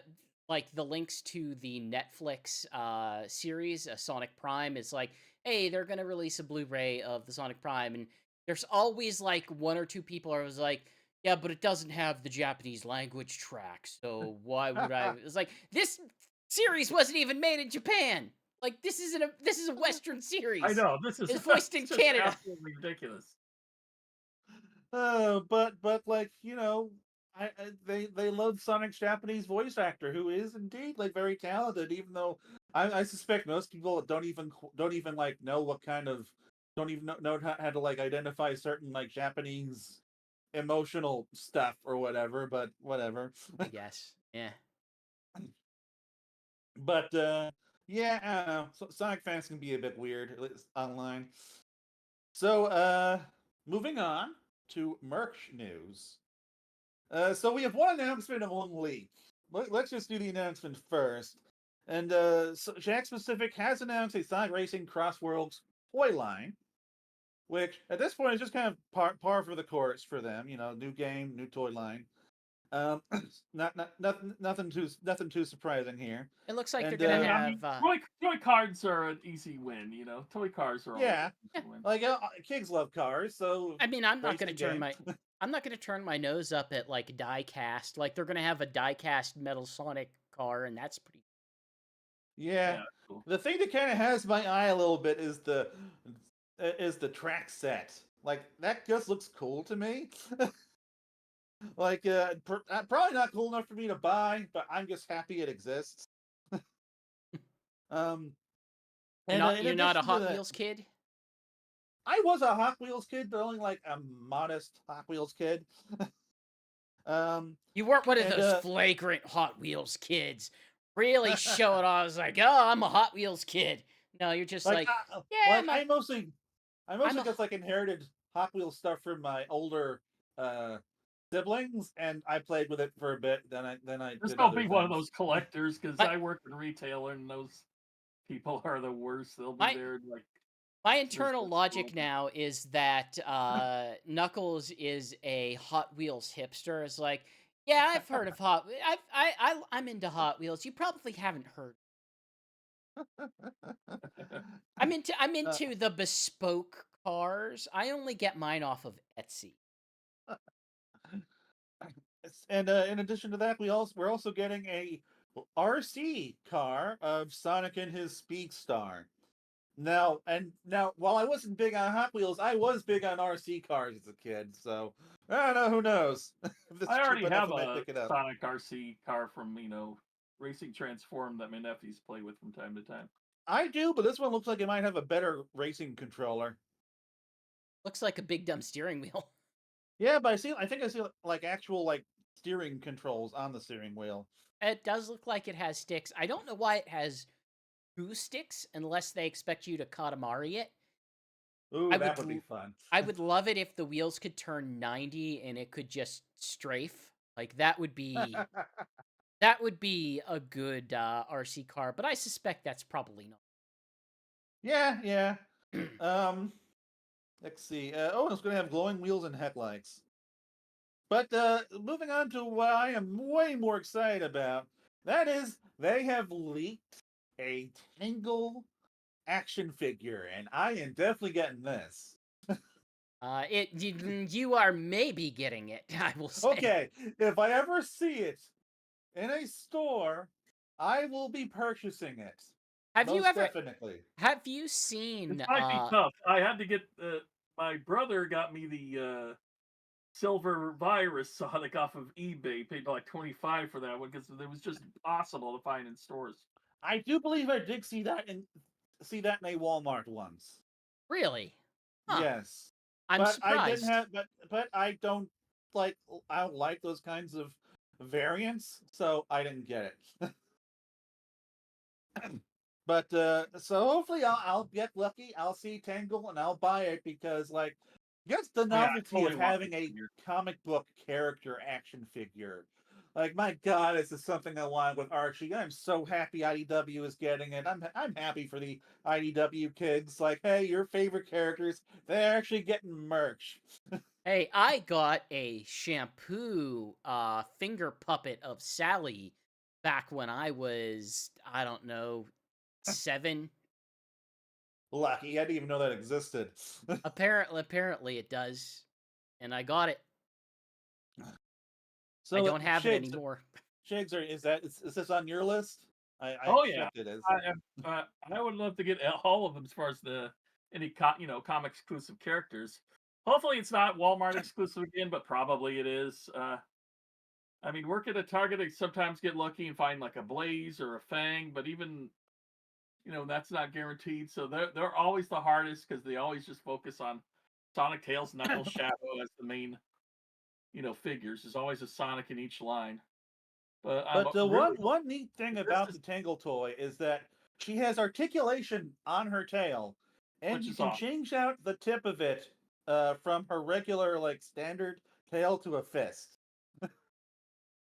Which is So that is pretty even neat. extra awesome, yeah. Because if I can find two, I'm buying two just to have one for open and one for display, like I do with the Silver Virus Sonic. Silver Virus Sonic is the only one I have still in package. Everything else is open, You're good. I'm really hoping that and when they that's mainly announce because it's this, rarity. we'll also like get Whisper, Surge, the kit. Yeah, I it's just want the whole yeah. set. So in addition to her, we also got two more SEGA figures, which also has me happy because I was afraid that the line had failed and was dead. But no, it is getting a I'm wave shocked 3. it's not. I mean, And I it's haven't getting even one seen Wave. character that I love and one character that I do not care about. The one I love, Joe Musashi. Um, I'm assuming we're getting that in part because of the upcoming Shinobi game, and we're getting like the Shinobi 3 Joe Musashi with like the white One from the ninja DS suit. game. Oh, okay. They all look kind of similar to me, but yeah, sure. Um, but like we're getting like one of the designs I like for him, which is really cool. And I'm definitely getting this one too, because I'm a big Shinobi fan. So And which we're is also the getting other? Gilius Thunderhead Huh. from Golden Axe. I mean, Yeah, I guess that was inevitable, I suppose. like Gilius Thunderhead is just kind of inexplicably the Golden Axe mascot. When I'm are we getting the Bonanza Brothers? I demand the Bonanza Brothers. The people demand the Bonanza Brothers. I kind of I'm not sure suspect they that do. Sega is that the line is like focusing on like either like Genesis games or games that they are bringing back into prominence with new releases. Although I don't know Kid why Altered Beast. Chameleon as an action figure. Wait, he does? No, I'm saying Oh, Kid Chameleon okay. as an Yes. action figure. Like you could have what? Switch out heads, switch out masks. I forget how that works. Um, although the game wasn't very good. No, it's not. But yeah, so I'm probably not getting Gilius Thunderhead because I do not care about Golden Axe, and I am not a huge fan of his design either. Ooh, But definitely how, getting Shinobi or how Musashi. do we get a Dynamite Heady action figure? That's or a functional marionette. Like, how do we get to there? Well, you probably buy Jakks specific and license it from Sega. Right now, I have decided that I am now going to Thingiverse to see if there is a printable Dynamite Heady marionette that I could. Well, if there is, let me know. So, The moving answer on. is sadly no. So, moving on, we've got animation and film news. And first up on the docket is Sonic Prime getting a full Blu-ray release on Cool. Sonic's birthday, which kind of surprises me. Like, I don't know if it's just a coincidence or if they're doing this on purpose. Are either of you getting it? Yeah, Maybe. I haven't gotten any of the other Blu-rays before, so this would be That's one worth getting. the frustrating part because I have, and they do not appear to be Oh, selling the third season individually. Oh oh, no. that's some bullshit. That is some that's some bad marketing practices right there. Yeah, I'm not. Yeah. Well, I mean, I would generally like a smaller box. That would be nice, but it's also very frustrating. Well, you know what? You could always donate the first few seasons to some needy child at a Goodwill, and then and Oh then hey, buy this. And oh hey, I have a scoop. I have a scoop for oh, us. what? What's the Uh, scoop? I decided to look for Sonic Prime on Target's website just in case, and Sonic Prime Volume 1 paperback will be out on May 13th. Oh, I forgot that was coming. Relive all the action from the Netflix animated series in this graphic novel adaptation.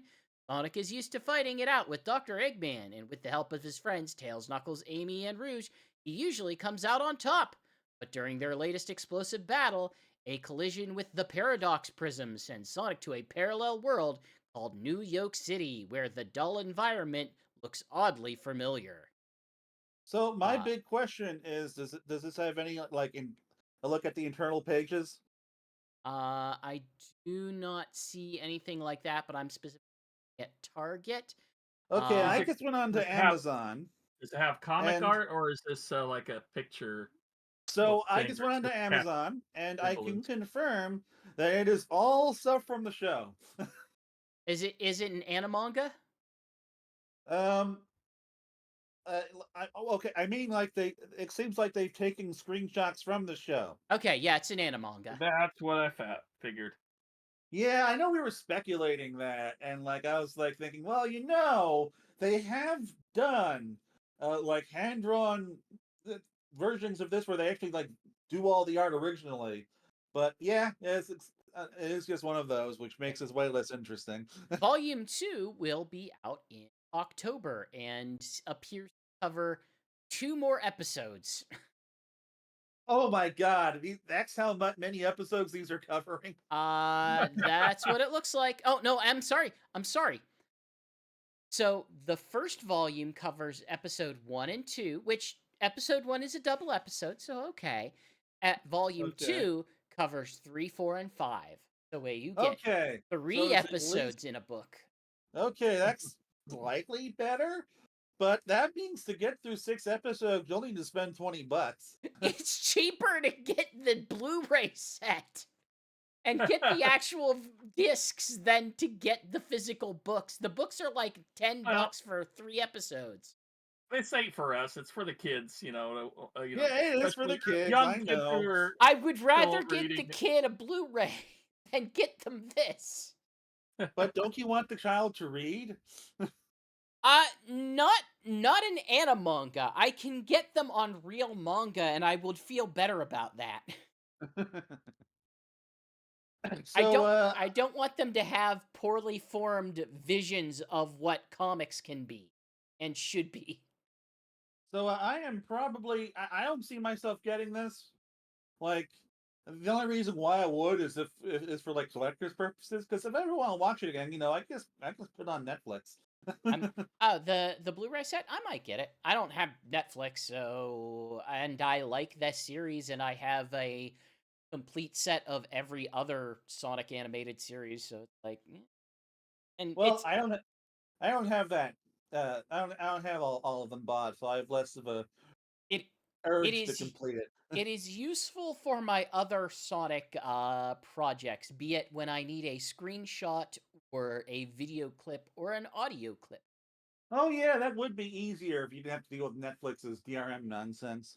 Yes. Well, that might be a reason to consider it then. Um, I think Shake, do you have anything else? it's only Do you like have anything to add? $33 on Target.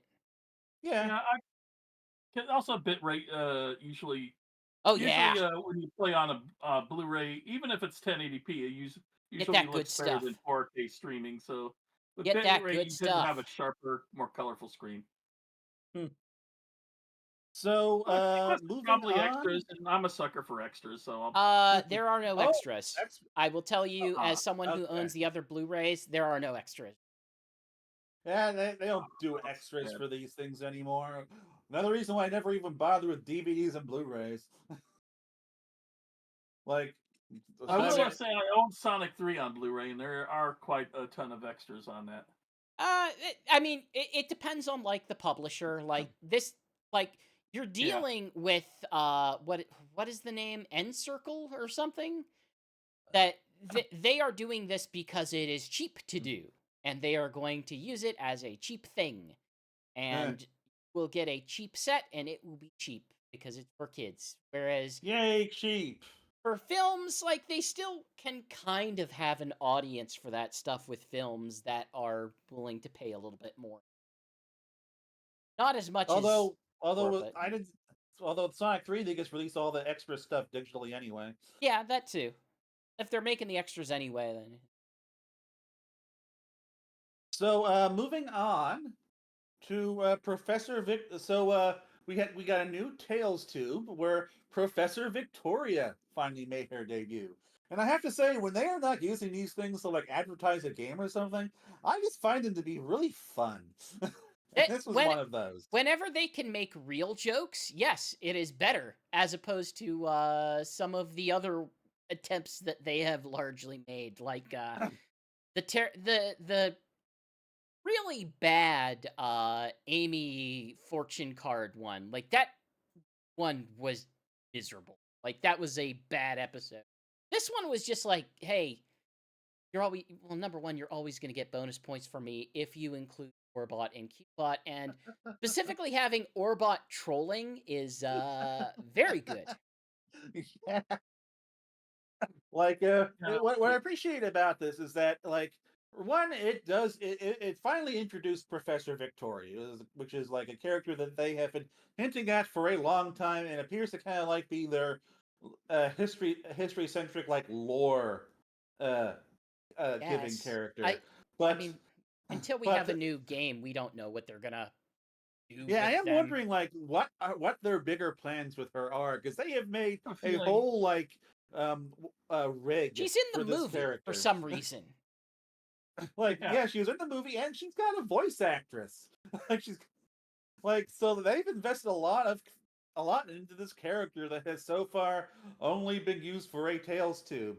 But what I did appreciate about this was that it kind of put Sonic's adventures in kind of like an outsider's context, where it's like, they see and do all this crazy stuff, and like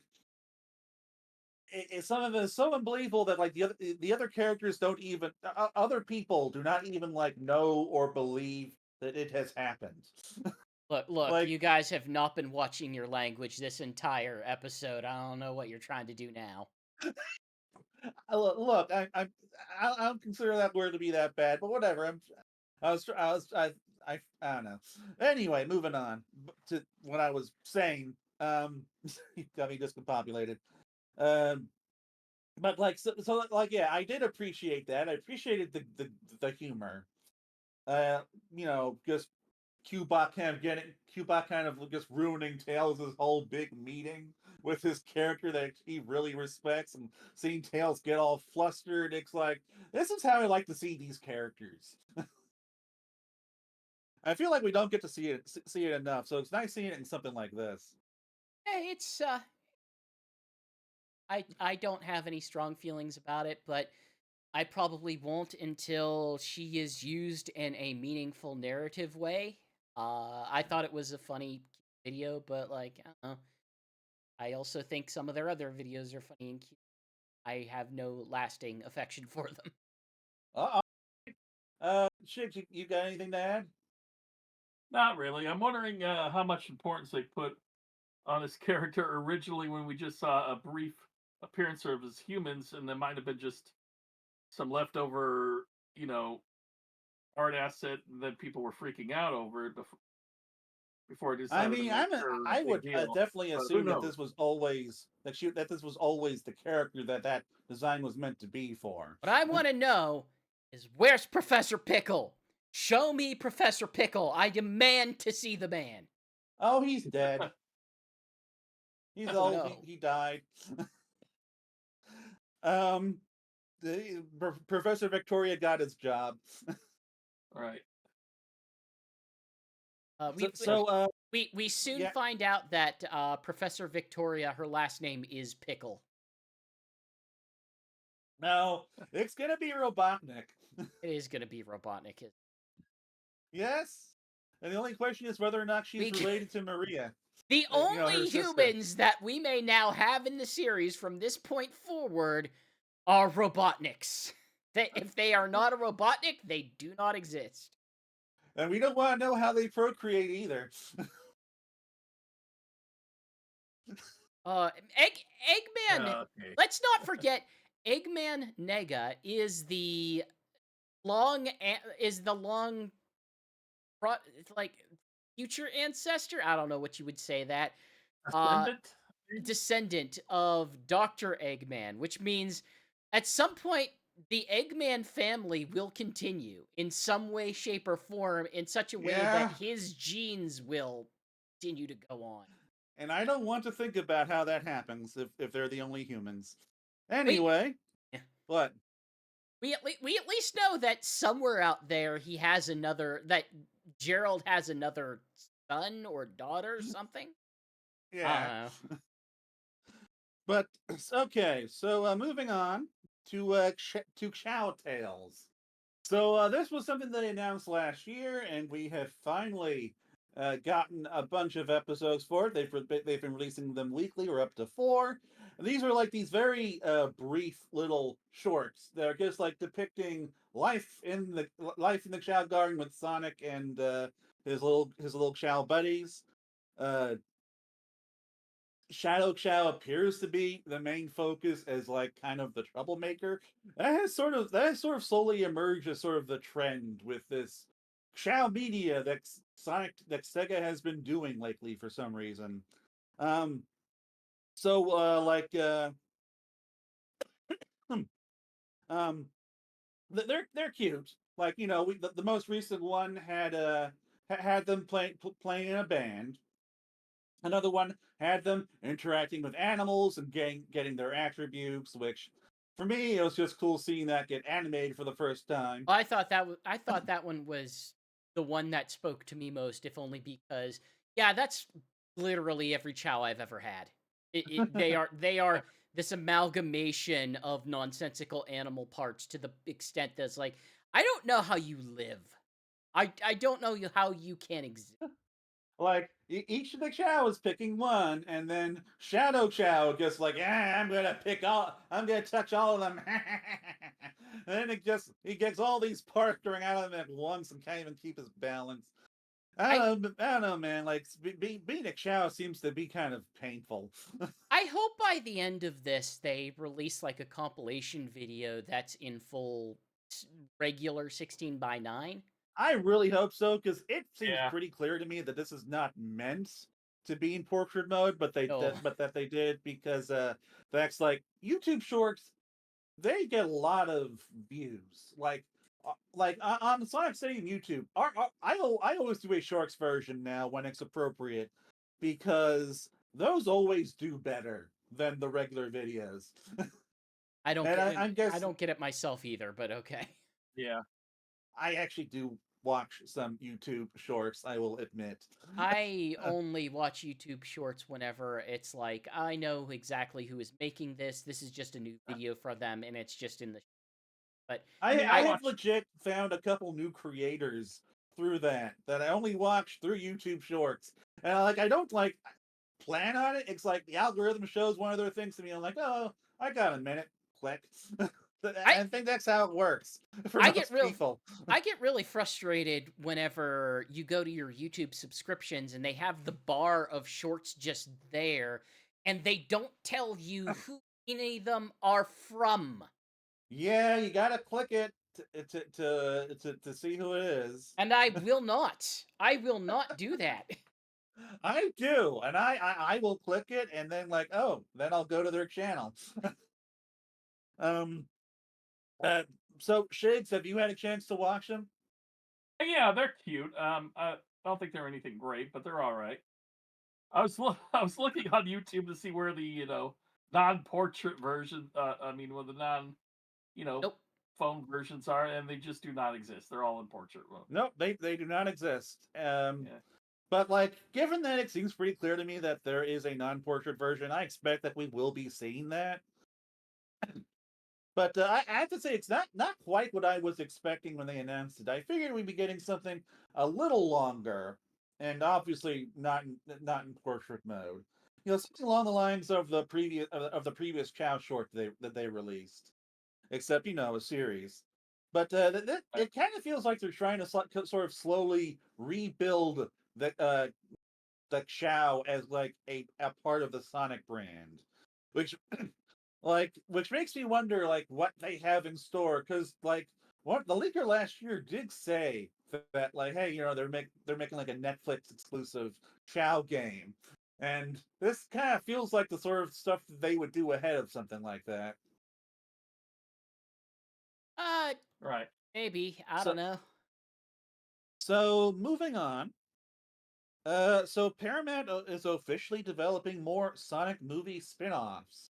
Now, I almost didn't want to include this, because it's like we've been talking about this. I feel like every month now. They've been well. This has been leaked like over and over again. It's like, well, Repeatedly we're getting a from Shadow Daniel. series. Well, we're getting a Shadow movie. Well, we're getting, uh, I don't know, Well, in this something case, they're else. not saying series; they're saying movies. So Well, Yeah. what at least Daniel that's Rickman something. specifically said was hey, if Sonic 3 does really well, they're gonna upgrade the Shadow series to a Shadow movie. And now, Paramount has officially announced they are developing Sonic movie spin-offs, which does scream to me, yes, we are getting a Shadow movie. We've got to be. um, Although, I'm wondering what else they're coming up with, because Shadow's it's way too popular not for him to have his own movie. I'm sure. Probably based now off the another game. thing that has been rumored was a season 2 to Knuckles, which may or may not feature the Chaotix. Although I imagine that'd require a higher budget. But I can't really fathom what else that they could do that feels like something that they could bet on. Would they do a Tails movie or a movie based on a character that they haven't introduced yet? They would have to actually build out Tails more as a character, and they haven't really done that yet. No, because he's there's not a lot to his character except I aside mean, from being a he little definitely got more to do in token guy. Sonic 3. But he was deprived of his own movie because of Knuckles. So yeah, although a movie or a spin-off series is where you can build up a character, but then you have to hope that the connection to the Sonic brand is enough for this thing to be successful. Which, I mean, yeah, it worked for Knuckles, but Knuckles was Oh, like, pardon me. the centerpiece of a whole other movie, and also like, voiced by I'm blanking on his name. You know Idris who I Elba. mean? Idris Elba, yeah. So, like that had some marketing potential behind it. And like Tails, like maybe they could like do something cheaper with him, like an animated series or something.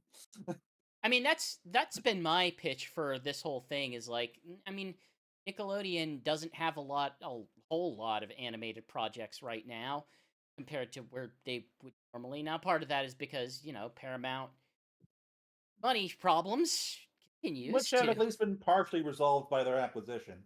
Yeah, it was partially, but it seemed like a natural fit to adapt these movies into reasonably priced 2D animated sequences. Like you can still have so basically you could still have villain of the week introducing new villains and enemies and stuff and introduce new characters without having to break the bank if Yeah. do something cheaper in D and like the structure kind of writes itself. Sonic these movies are superhero movies.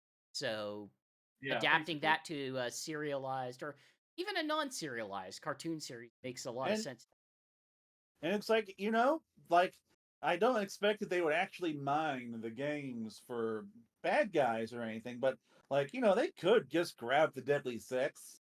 No, but what you don't have to do for a 2D animated series? You You don't don't have have to you don't have to go. recast the expensive voice actors for that. Oh, Yep. they would at least need to recast Idris Elba. Idris Elba would probably be the most achievable, except for maybe Daly. Daly, what is uh Wade actor would probably be very affordable. Adam Pally, I think. Adam Daly, yes, that's it. He would probably be very affordable, and I mean, Yeah, honestly, you could probably get what's his face? you could definitely get like everyone but Jim Carrey, I Yeah, think. and you could get a very reasonable Jim Carrey. Like, I mean, they didn't even get Idris Elba for that animated short. That's yeah. I Kind was of always what I they. I've always thought that like they could even conceivably like do an animated series with some like brief live action bookends featuring the cheaper actors. And Oh to be no, you're frank, And going to make the Mario. You're going to make the Vince Super wants Mario Super Show. no, where it's like where it's like, hey, they start and at the Wachowski house, then they go through a ring, and then it's like cheaper CG animation like in the Oh, short. so you're making Chalk Zone, is what you're making. I guess. I've never seen Shock Zone, so sure. There's a reference that only 3 people on the planet will get. Um, but like yeah, like I always thought like, hey, they wanted to like stick to live action format to an extent. That's a thing they could do, or they could just do your route, which frankly would be more economical. Just go full 2D animation and get some satellites for the more expensive people. Yeah, I mean, hey, Paramount's not a stranger to taking movies that they have and turning them into animated series in that sort of way. This one's a little different because TMNT, it's pardon? TMNT that went from CG to 2D. Yeah, well, they've had a lot of different interpretations of TMNT. I'm talking about like stuff that Nickelodeon has specifically done that almost feels like this is our pilot for how we get to an animated series, like your Jimmy Neutrons, your something in the barnyard. I forget what it's called. Back in the barnyard. Something like that. Yeah, like they're yeah. not a stranger to this sort of pipeline where you start by introducing something with that like moving it to a series, and I'm sure Sega's probably not going to have too much complaints about getting another Sonic series on TV. So Yeah, like I've got to imagine that they'd be perfectly fine with that. probably it's just a question of like cost and if they think it'd be worth it. And personally, I think it would, but I don't know. I'm not a business. Now, in terms of like movies, Like honestly, I feel like the only characters that they could really legitimately introduce out that have not been shown so far and would actually work pretty well in this universe would be like the Chaotix, which I've of course been pushing for on this podcast for a while to appear in some capacity. Um, but it's like that they are reasonably separate from everyone else. There's like a trio of them. They've got good in-game chemistry that they could translate into a movie. So it's like I mean, like it anyone doesn't make who's sense from a marketing perspective, but it could work. anyone who is a second tier character could very reasonably be not a headliner for a series for a movie, but certainly supporting. Chaotix would be of that ilk. I would say if Silver's not in Sonic 4, then Silver would be of that tier. Blaze would, Cream would, uh, anyone where it's just like, hey, this is not a character that could hold a movie.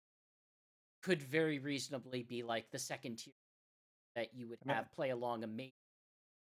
And Big the Cat, You the know, movie. they're gonna do Silver eventually, just because it's Oh, definitely. a third hedgehog. Yeah.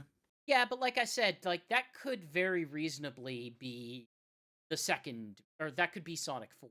Like if Sonic 4 is going to be around time travel, then they could very reasonably smash together like, okay, we have some Metal Sonic stuff, we have some Amy stuff, we have some Silver stuff. It's all just a big jumble of like these different story. Not like it's not like any of their other movies haven't been, you know, vague gestures at multiple games. Yeah. With Sonic 3, of course, being like the most obvious one, Yeah, mostly SA2 with a touch of Shadow the Hedgehog. exactly. Um, so moving on. So Sonic 3 has left theaters at 491 million. So it fell just short of the half billion, which makes me just a tad sad, but oh well. Um, but Deadline has done is it's doing this thing where every year apparently they do like uh this like tournament for the most profitable movies, and for that they use all of their own like sources that regular people aren't privy to, and they use that to kind of tally a movie's total profits from all of its expenses, and then like how much it made off of TV and streaming and TV and digital sales and streaming and stuff like that. And they determined that it was the 10th most profitable movie of 2024 at $123 million. Um, Paramount is very economical with these films. yeah. Um, like this thing had a budget of like 120 million, had a marketing budget of 125 million. But thanks to the money they got from streaming services and the money they got from digital, this thing brought in a pretty solid profit. I'm not surprised that they are rushing to like get more out of To this. drive it into the Yep. ground. Well, it's what movie companies do these days. It's what they did with Transformers, albeit Transformers was kind of start in a worse place and only got worse from there, albeit box office was Oh really yeah. good for them. Yeah, I mean, I don't entirely blame them for this. As They someone got who doesn't, better over the last two, or at least quite a bit better than it's been. but like, hey, it's a moment. That moment's not going to last forever. They might as well get in on that moment. Like eventually, these movies are not going to do what they're like. I my my specific interest is I don't know if they can do a movie that's going to do as well as Sonic. I feel like that's the big one that you do and get all the attention. Yeah, like I feel like the next what comes next is gonna be the real test of how durable this is as a movie franchise. because like yeah, they have unleashed their biggest guns. They have done the trilogy. Like from here, like it's going to really depend on like, hey, how invested are the kids in these characters? That's why I'm Will they come? suggesting, like, that's why I'm thinking, like, the natural evolution for this is like, okay, now you get the animated series to them in the to keep them in the cultural awareness. And like with the animated series, you can get it out with a pretty decently quick turnaround. You can get one of those out in a couple of years, depending on the quality of the animation. So that would make sense. But I, I don't know. Like uh, I'm sure Paramount is at least happy that they've got a win. Oh, sure, sure. Finally. Like more than anything, it just speaks. I don't. It certainly definitely speaks to how well that movie did, but it also just speaks to the degree to which they can make something that people want to see at a price that isn't stupid. Because that, Yeah, like 225, 300 million. Like those Disney movies are freaking expensive. yeah, and it doesn't feel like there's much reason for them to be that expensive, except for the degree of CGI that they feel like they need to put into it. It's kind of nonsense. Yeah, I do feel like Sonic 3 has a lot of CGI. Like, it doesn't do that thing where it takes, like, these long stretches away from the central characters specifically to save budget or something. Like, but they made a so much shorter movie, but made it featuring these CG characters but what much it more. Yeah. but what it doesn't do is it isn't a movie that is completely shot on a green screen and then they create everything else around it. Like they go to Yeah, places, they film in scenes, and then they superimpose the things that need to go. yeah. Like, as I understand, that's the reason why Disney does that is mostly because it's easier to edit. But Oh, like, I sure. don't know. I guess maybe you deal with more difficult edits. But then you have to have like craft everything in C after that point. Like that's not Yeah, cheap. That's not cheap. Yeah. yeah. So it does feel like, at least production-wise, Paramount has kind of found something that works pretty well for them, and for a franchise of this tier. Sure. Um. Shigs, you have anything to add?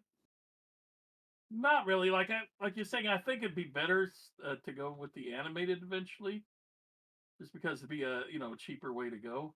I Because you just can't. think if it's a good I think it's a good extension to support the stuff they're doing in the live action, And just like to how fill in how those often are they spaces. going to have Tom and Maddie in these until they eventually just have to do their own adventure? I mean, even in third, they felt like they were shoot in just to have them as Yeah, part like of it. they really didn't need to be there, and When are we gonna get the Bumblebee of Sonic?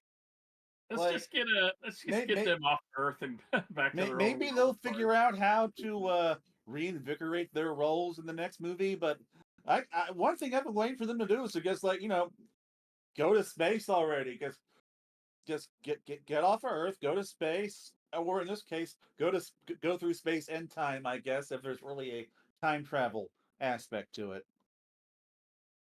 and like hey, leave them behind entirely. Um.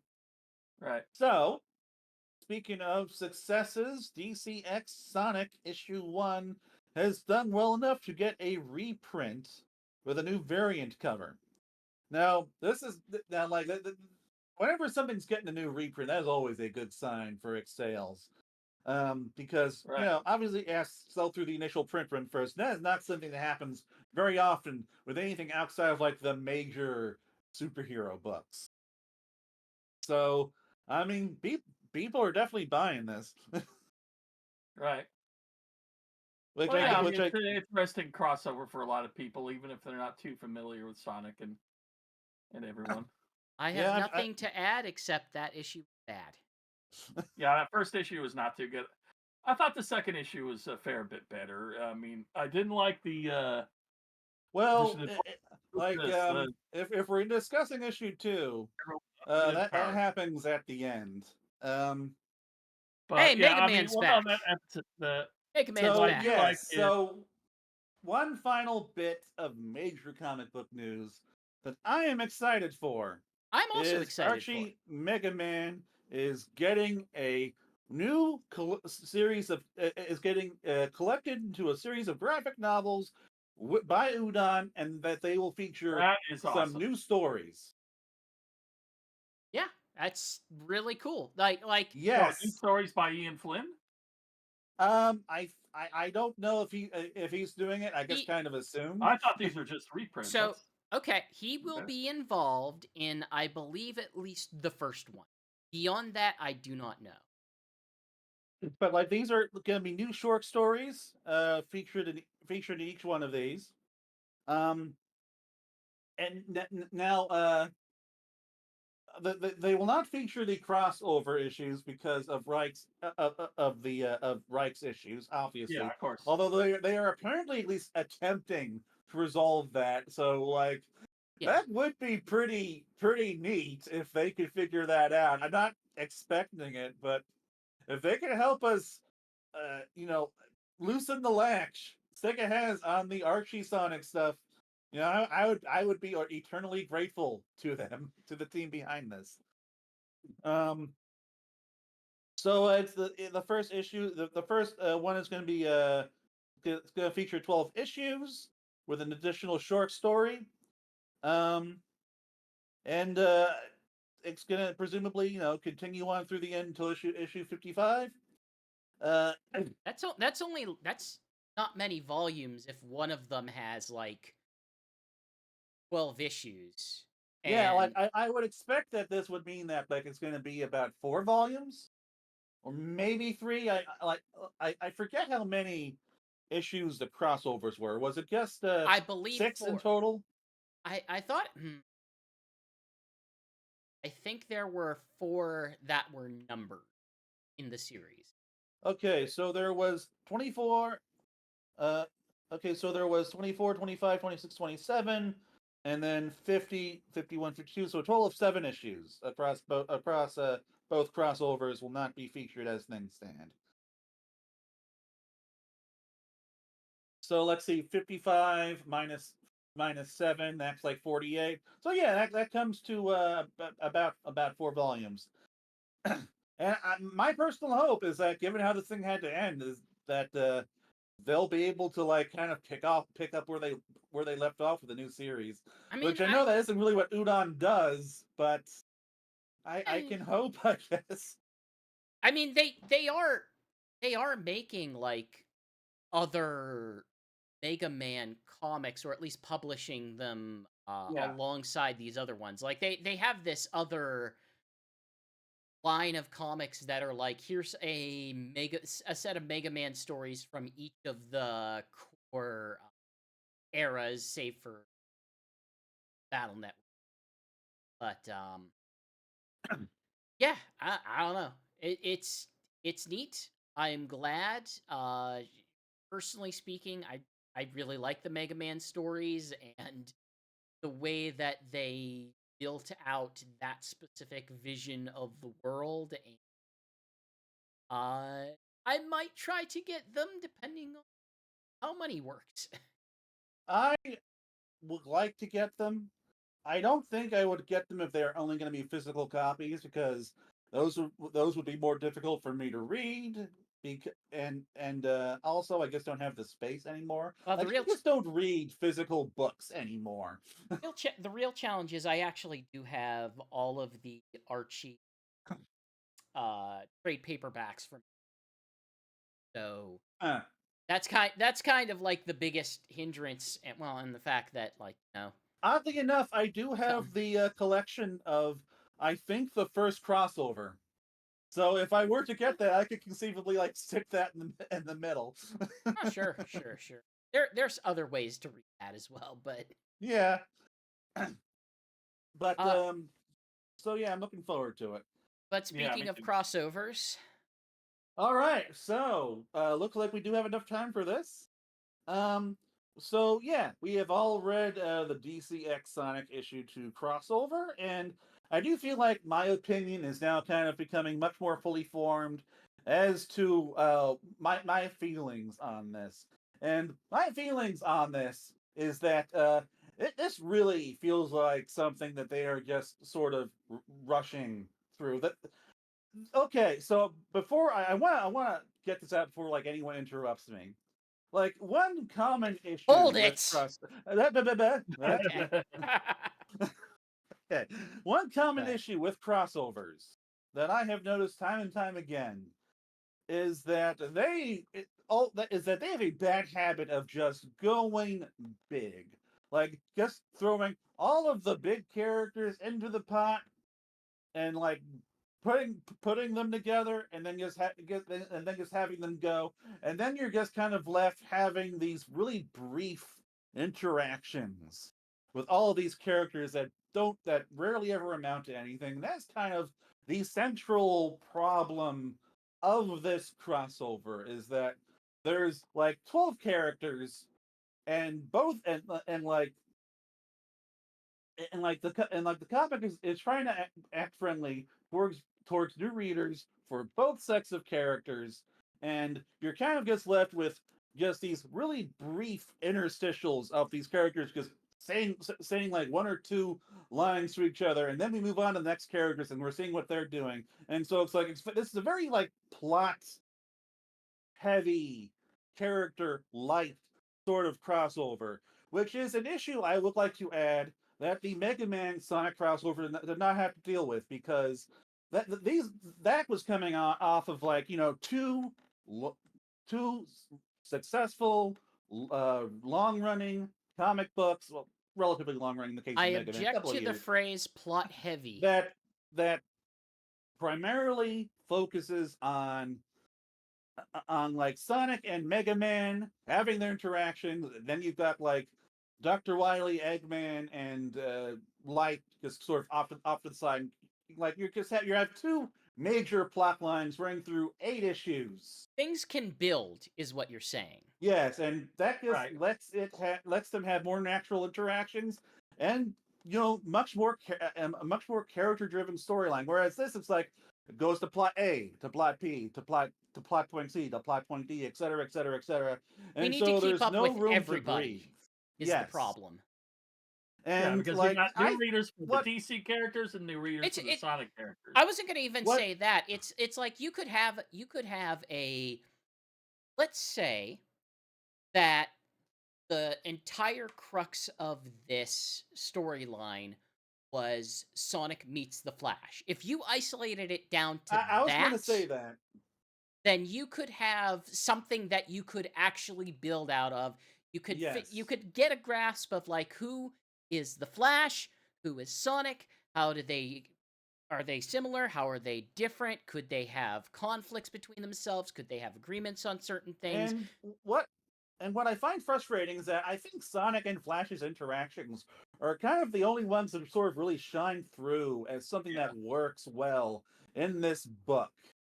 Because it's like it feels like they are being given the most screen time, they're being given the most lines together, and so like hey, like Sonic's being a snarky little dick, and Flash is being more mature, but also trying A to return snarky his little dick parts, and like so he it's like is. there's actual like Yeah, because there's Flash some is actual pretty like young and he's got an chemistry attitude going on here. a little bit. And like that really what we needed was, yes, the Sonic and Flash crossover. That like and then like hey, if they want to do a proper DCX Sonic one for the next one, go ahead. But like Sonic and Flash, that would have worked much better, I think. And Here's so my going so my pitch yeah, go would on. be you could still have uh you could still have the pairings in the way that this one seems to want to. But my take on it would be focus one issue on one of the pairings. Like maybe have an introductory one, or maybe even just two pairings per issue that Yeah, you because focus on. you get Wonder Woman, Amy, barely any dialogue, just story Yeah, like driven. I don't know what their thing is Superman, except for Knuckles, like they barely like each anything. other's vehicles. Yeah, I do love that panel of Wonder Woman just sitting very Oh, uncomfortably in Amy's car and oh, I driving love off. that one. Look, I looking mean, at for the God's sake, sunset. she can fly. She doesn't need to do that. But like and So to kind of go back to Sonic and Mega Man, that was sort of the big issue with Worlds Unite. As much as I loved all of the Sega crossovers in that, like it was this massive crossover that just kind of threw all these characters together, and it did handle things a little bit better, but that was in part because it was just longer. But I mean, also, it's like, but like you still didn't get a whole lot of actual character in this. It was just kind of like a big fight involving all of the Sonic the and Capcom the cast members. criticisms of Worlds Unite are accurate and valid. However, it's also very, very, very, very stupid, and that's why I love it.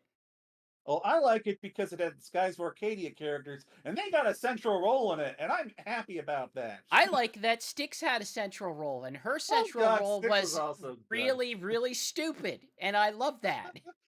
I think they wanted to do Super Six, if I recall. It had Alex Kidd, and Alex Kidd did the system accurate way that he and his friend fight. It was dumb as hell. Why? Why did we have Alex Kidd? Why But did we give them like half of a book to establish that they fight with rock paper scissors? so, like, for me, what's the like I do still appreciate just the novelty of all this, of them, of seeing Sonic fighting Yeah, that's Darkseid and all that stuff, and I I do interacting with like the them Flash. seeing them easily take out most of Darkseid's minions. I mean, yeah, Steppenwolf was a problem for the entire Justice League in that one movie, but Shadow just punked him out Oh, easy. that But wasn't the problem with that movie. to be fair, Steppenwolf's actually a pretty big whip in the DC universe to begin with. A small part of me is He's kind of not looking so. forward to seeing how like Death Battle I uses did this to hate power scale seeing the Sonic Calabac. characters. I did see hate seeing Calabac just knocked out off screen, off screen because he's Well, technically as strong as the Hulk, and it looked like it was Knuckles is the one who took him out. yeah, he was on top of So him. so Superman just stood back and like, okay, it seems like they kind of overpower the Sonic characters in this series. You kind of have to, because the DC universe is incredibly OP. Yeah, Yeah, like everyone in Marvel has just basically become like everyone in Marvel is a scientist who has gained some sort of strange power, whereas everyone in DC is like, no, they're just a god. yeah, pretty much. Aside from Batman, who might as well be a god, but like he's a god that you could theoretically kill with a regular bullet if you were lucky. um, but I am looking forward to seeing how the Sonic characters interact with the rest of the DC universe. Especially, I want to see them go after some members of the Rogues Gallery. I mean, it sounds like that's what they're playing up to in the third issue or something. I Yeah, haven't read the description of it yet, but that's kind of what this issue sets Yeah, up. it seems Like, like the whole Justice League have disappeared. They're stuck talking to Mr. Terrific on the main space station, and Darkseid and Justice League and Sonic World suddenly gone. what I'm wondering is, like, if they have each of these characters go after a member of their partner DC characters Rogues Gallery, are we gonna have Sonic fighting like Captain Cold? Like, aside from like the Reverse Flash, Flash's Rogues Gallery is kind of lame. I mean, I would say that outside of Batman and maybe some of the Superman characters, the entire DC Rogues Gallery is kind of lame. Well, maybe Silver gets to fight Sinestro. We don't know, or like that murder cat thing that spews blood. The Red Lantern. We Um, have Shadow fight Calendar Man, oh God. Yeah, they the should do one that. that can stop time.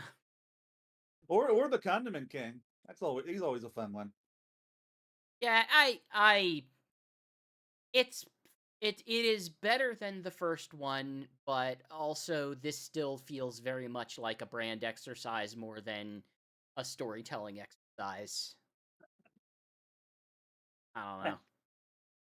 Well, in any case, I still might see this through to the end just so that I can have a full authoritative opinion on it as someone who has read it through to the end, but this sparks no joy as a series, and it is certainly whetting my appetite to go back to the primary IDW just to go catch up on the issues I haven't read of that and have a good time, probably.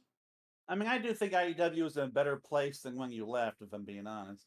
It probably is, and I'll get to have a really fun time next time I go back and pick them all up. Might If as well just you, do some graphic novels at this point. Yeah.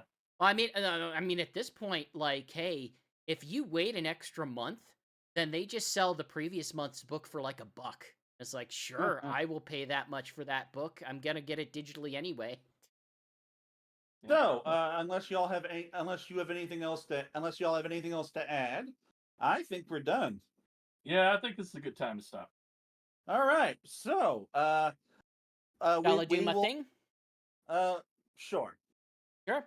Hey, our opinions are our own, but the show broadly is under the banner of Sonic Stadium over at sonicstadium.org. We are one of the internet's oldest Sonic fan communities. We've got news like everything that you heard tonight. We have forums, we have a Discord channel, we have a YouTube channel, we have a Twitch channel, like you might be watching right now. And, hopefully you go check out our other stuff. We're on Blue Sky. SonicStadium.org over there on Blue Sky. Yeah.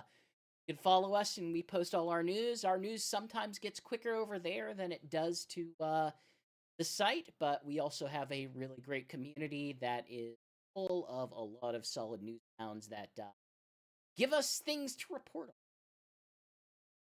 on.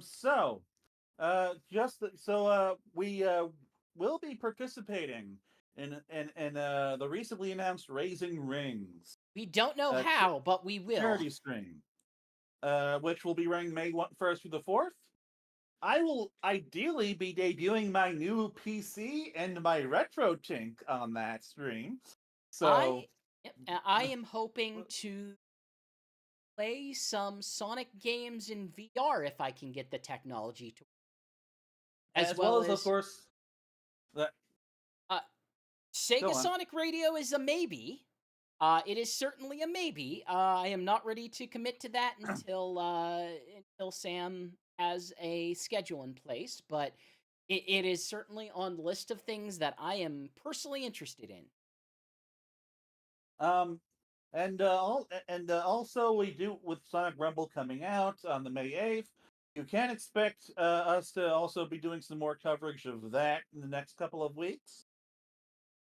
And ideally, hopefully, we'll be back in 2 weeks with the next episode, so that it can be a little shorter than this one was. With that, actually, this one wasn't too bad. We started late, so yeah, it's still about our normal 3 hours. Yeah. With that, I will bid you adieu, I guess. Out, y'all. Peace out. see you later.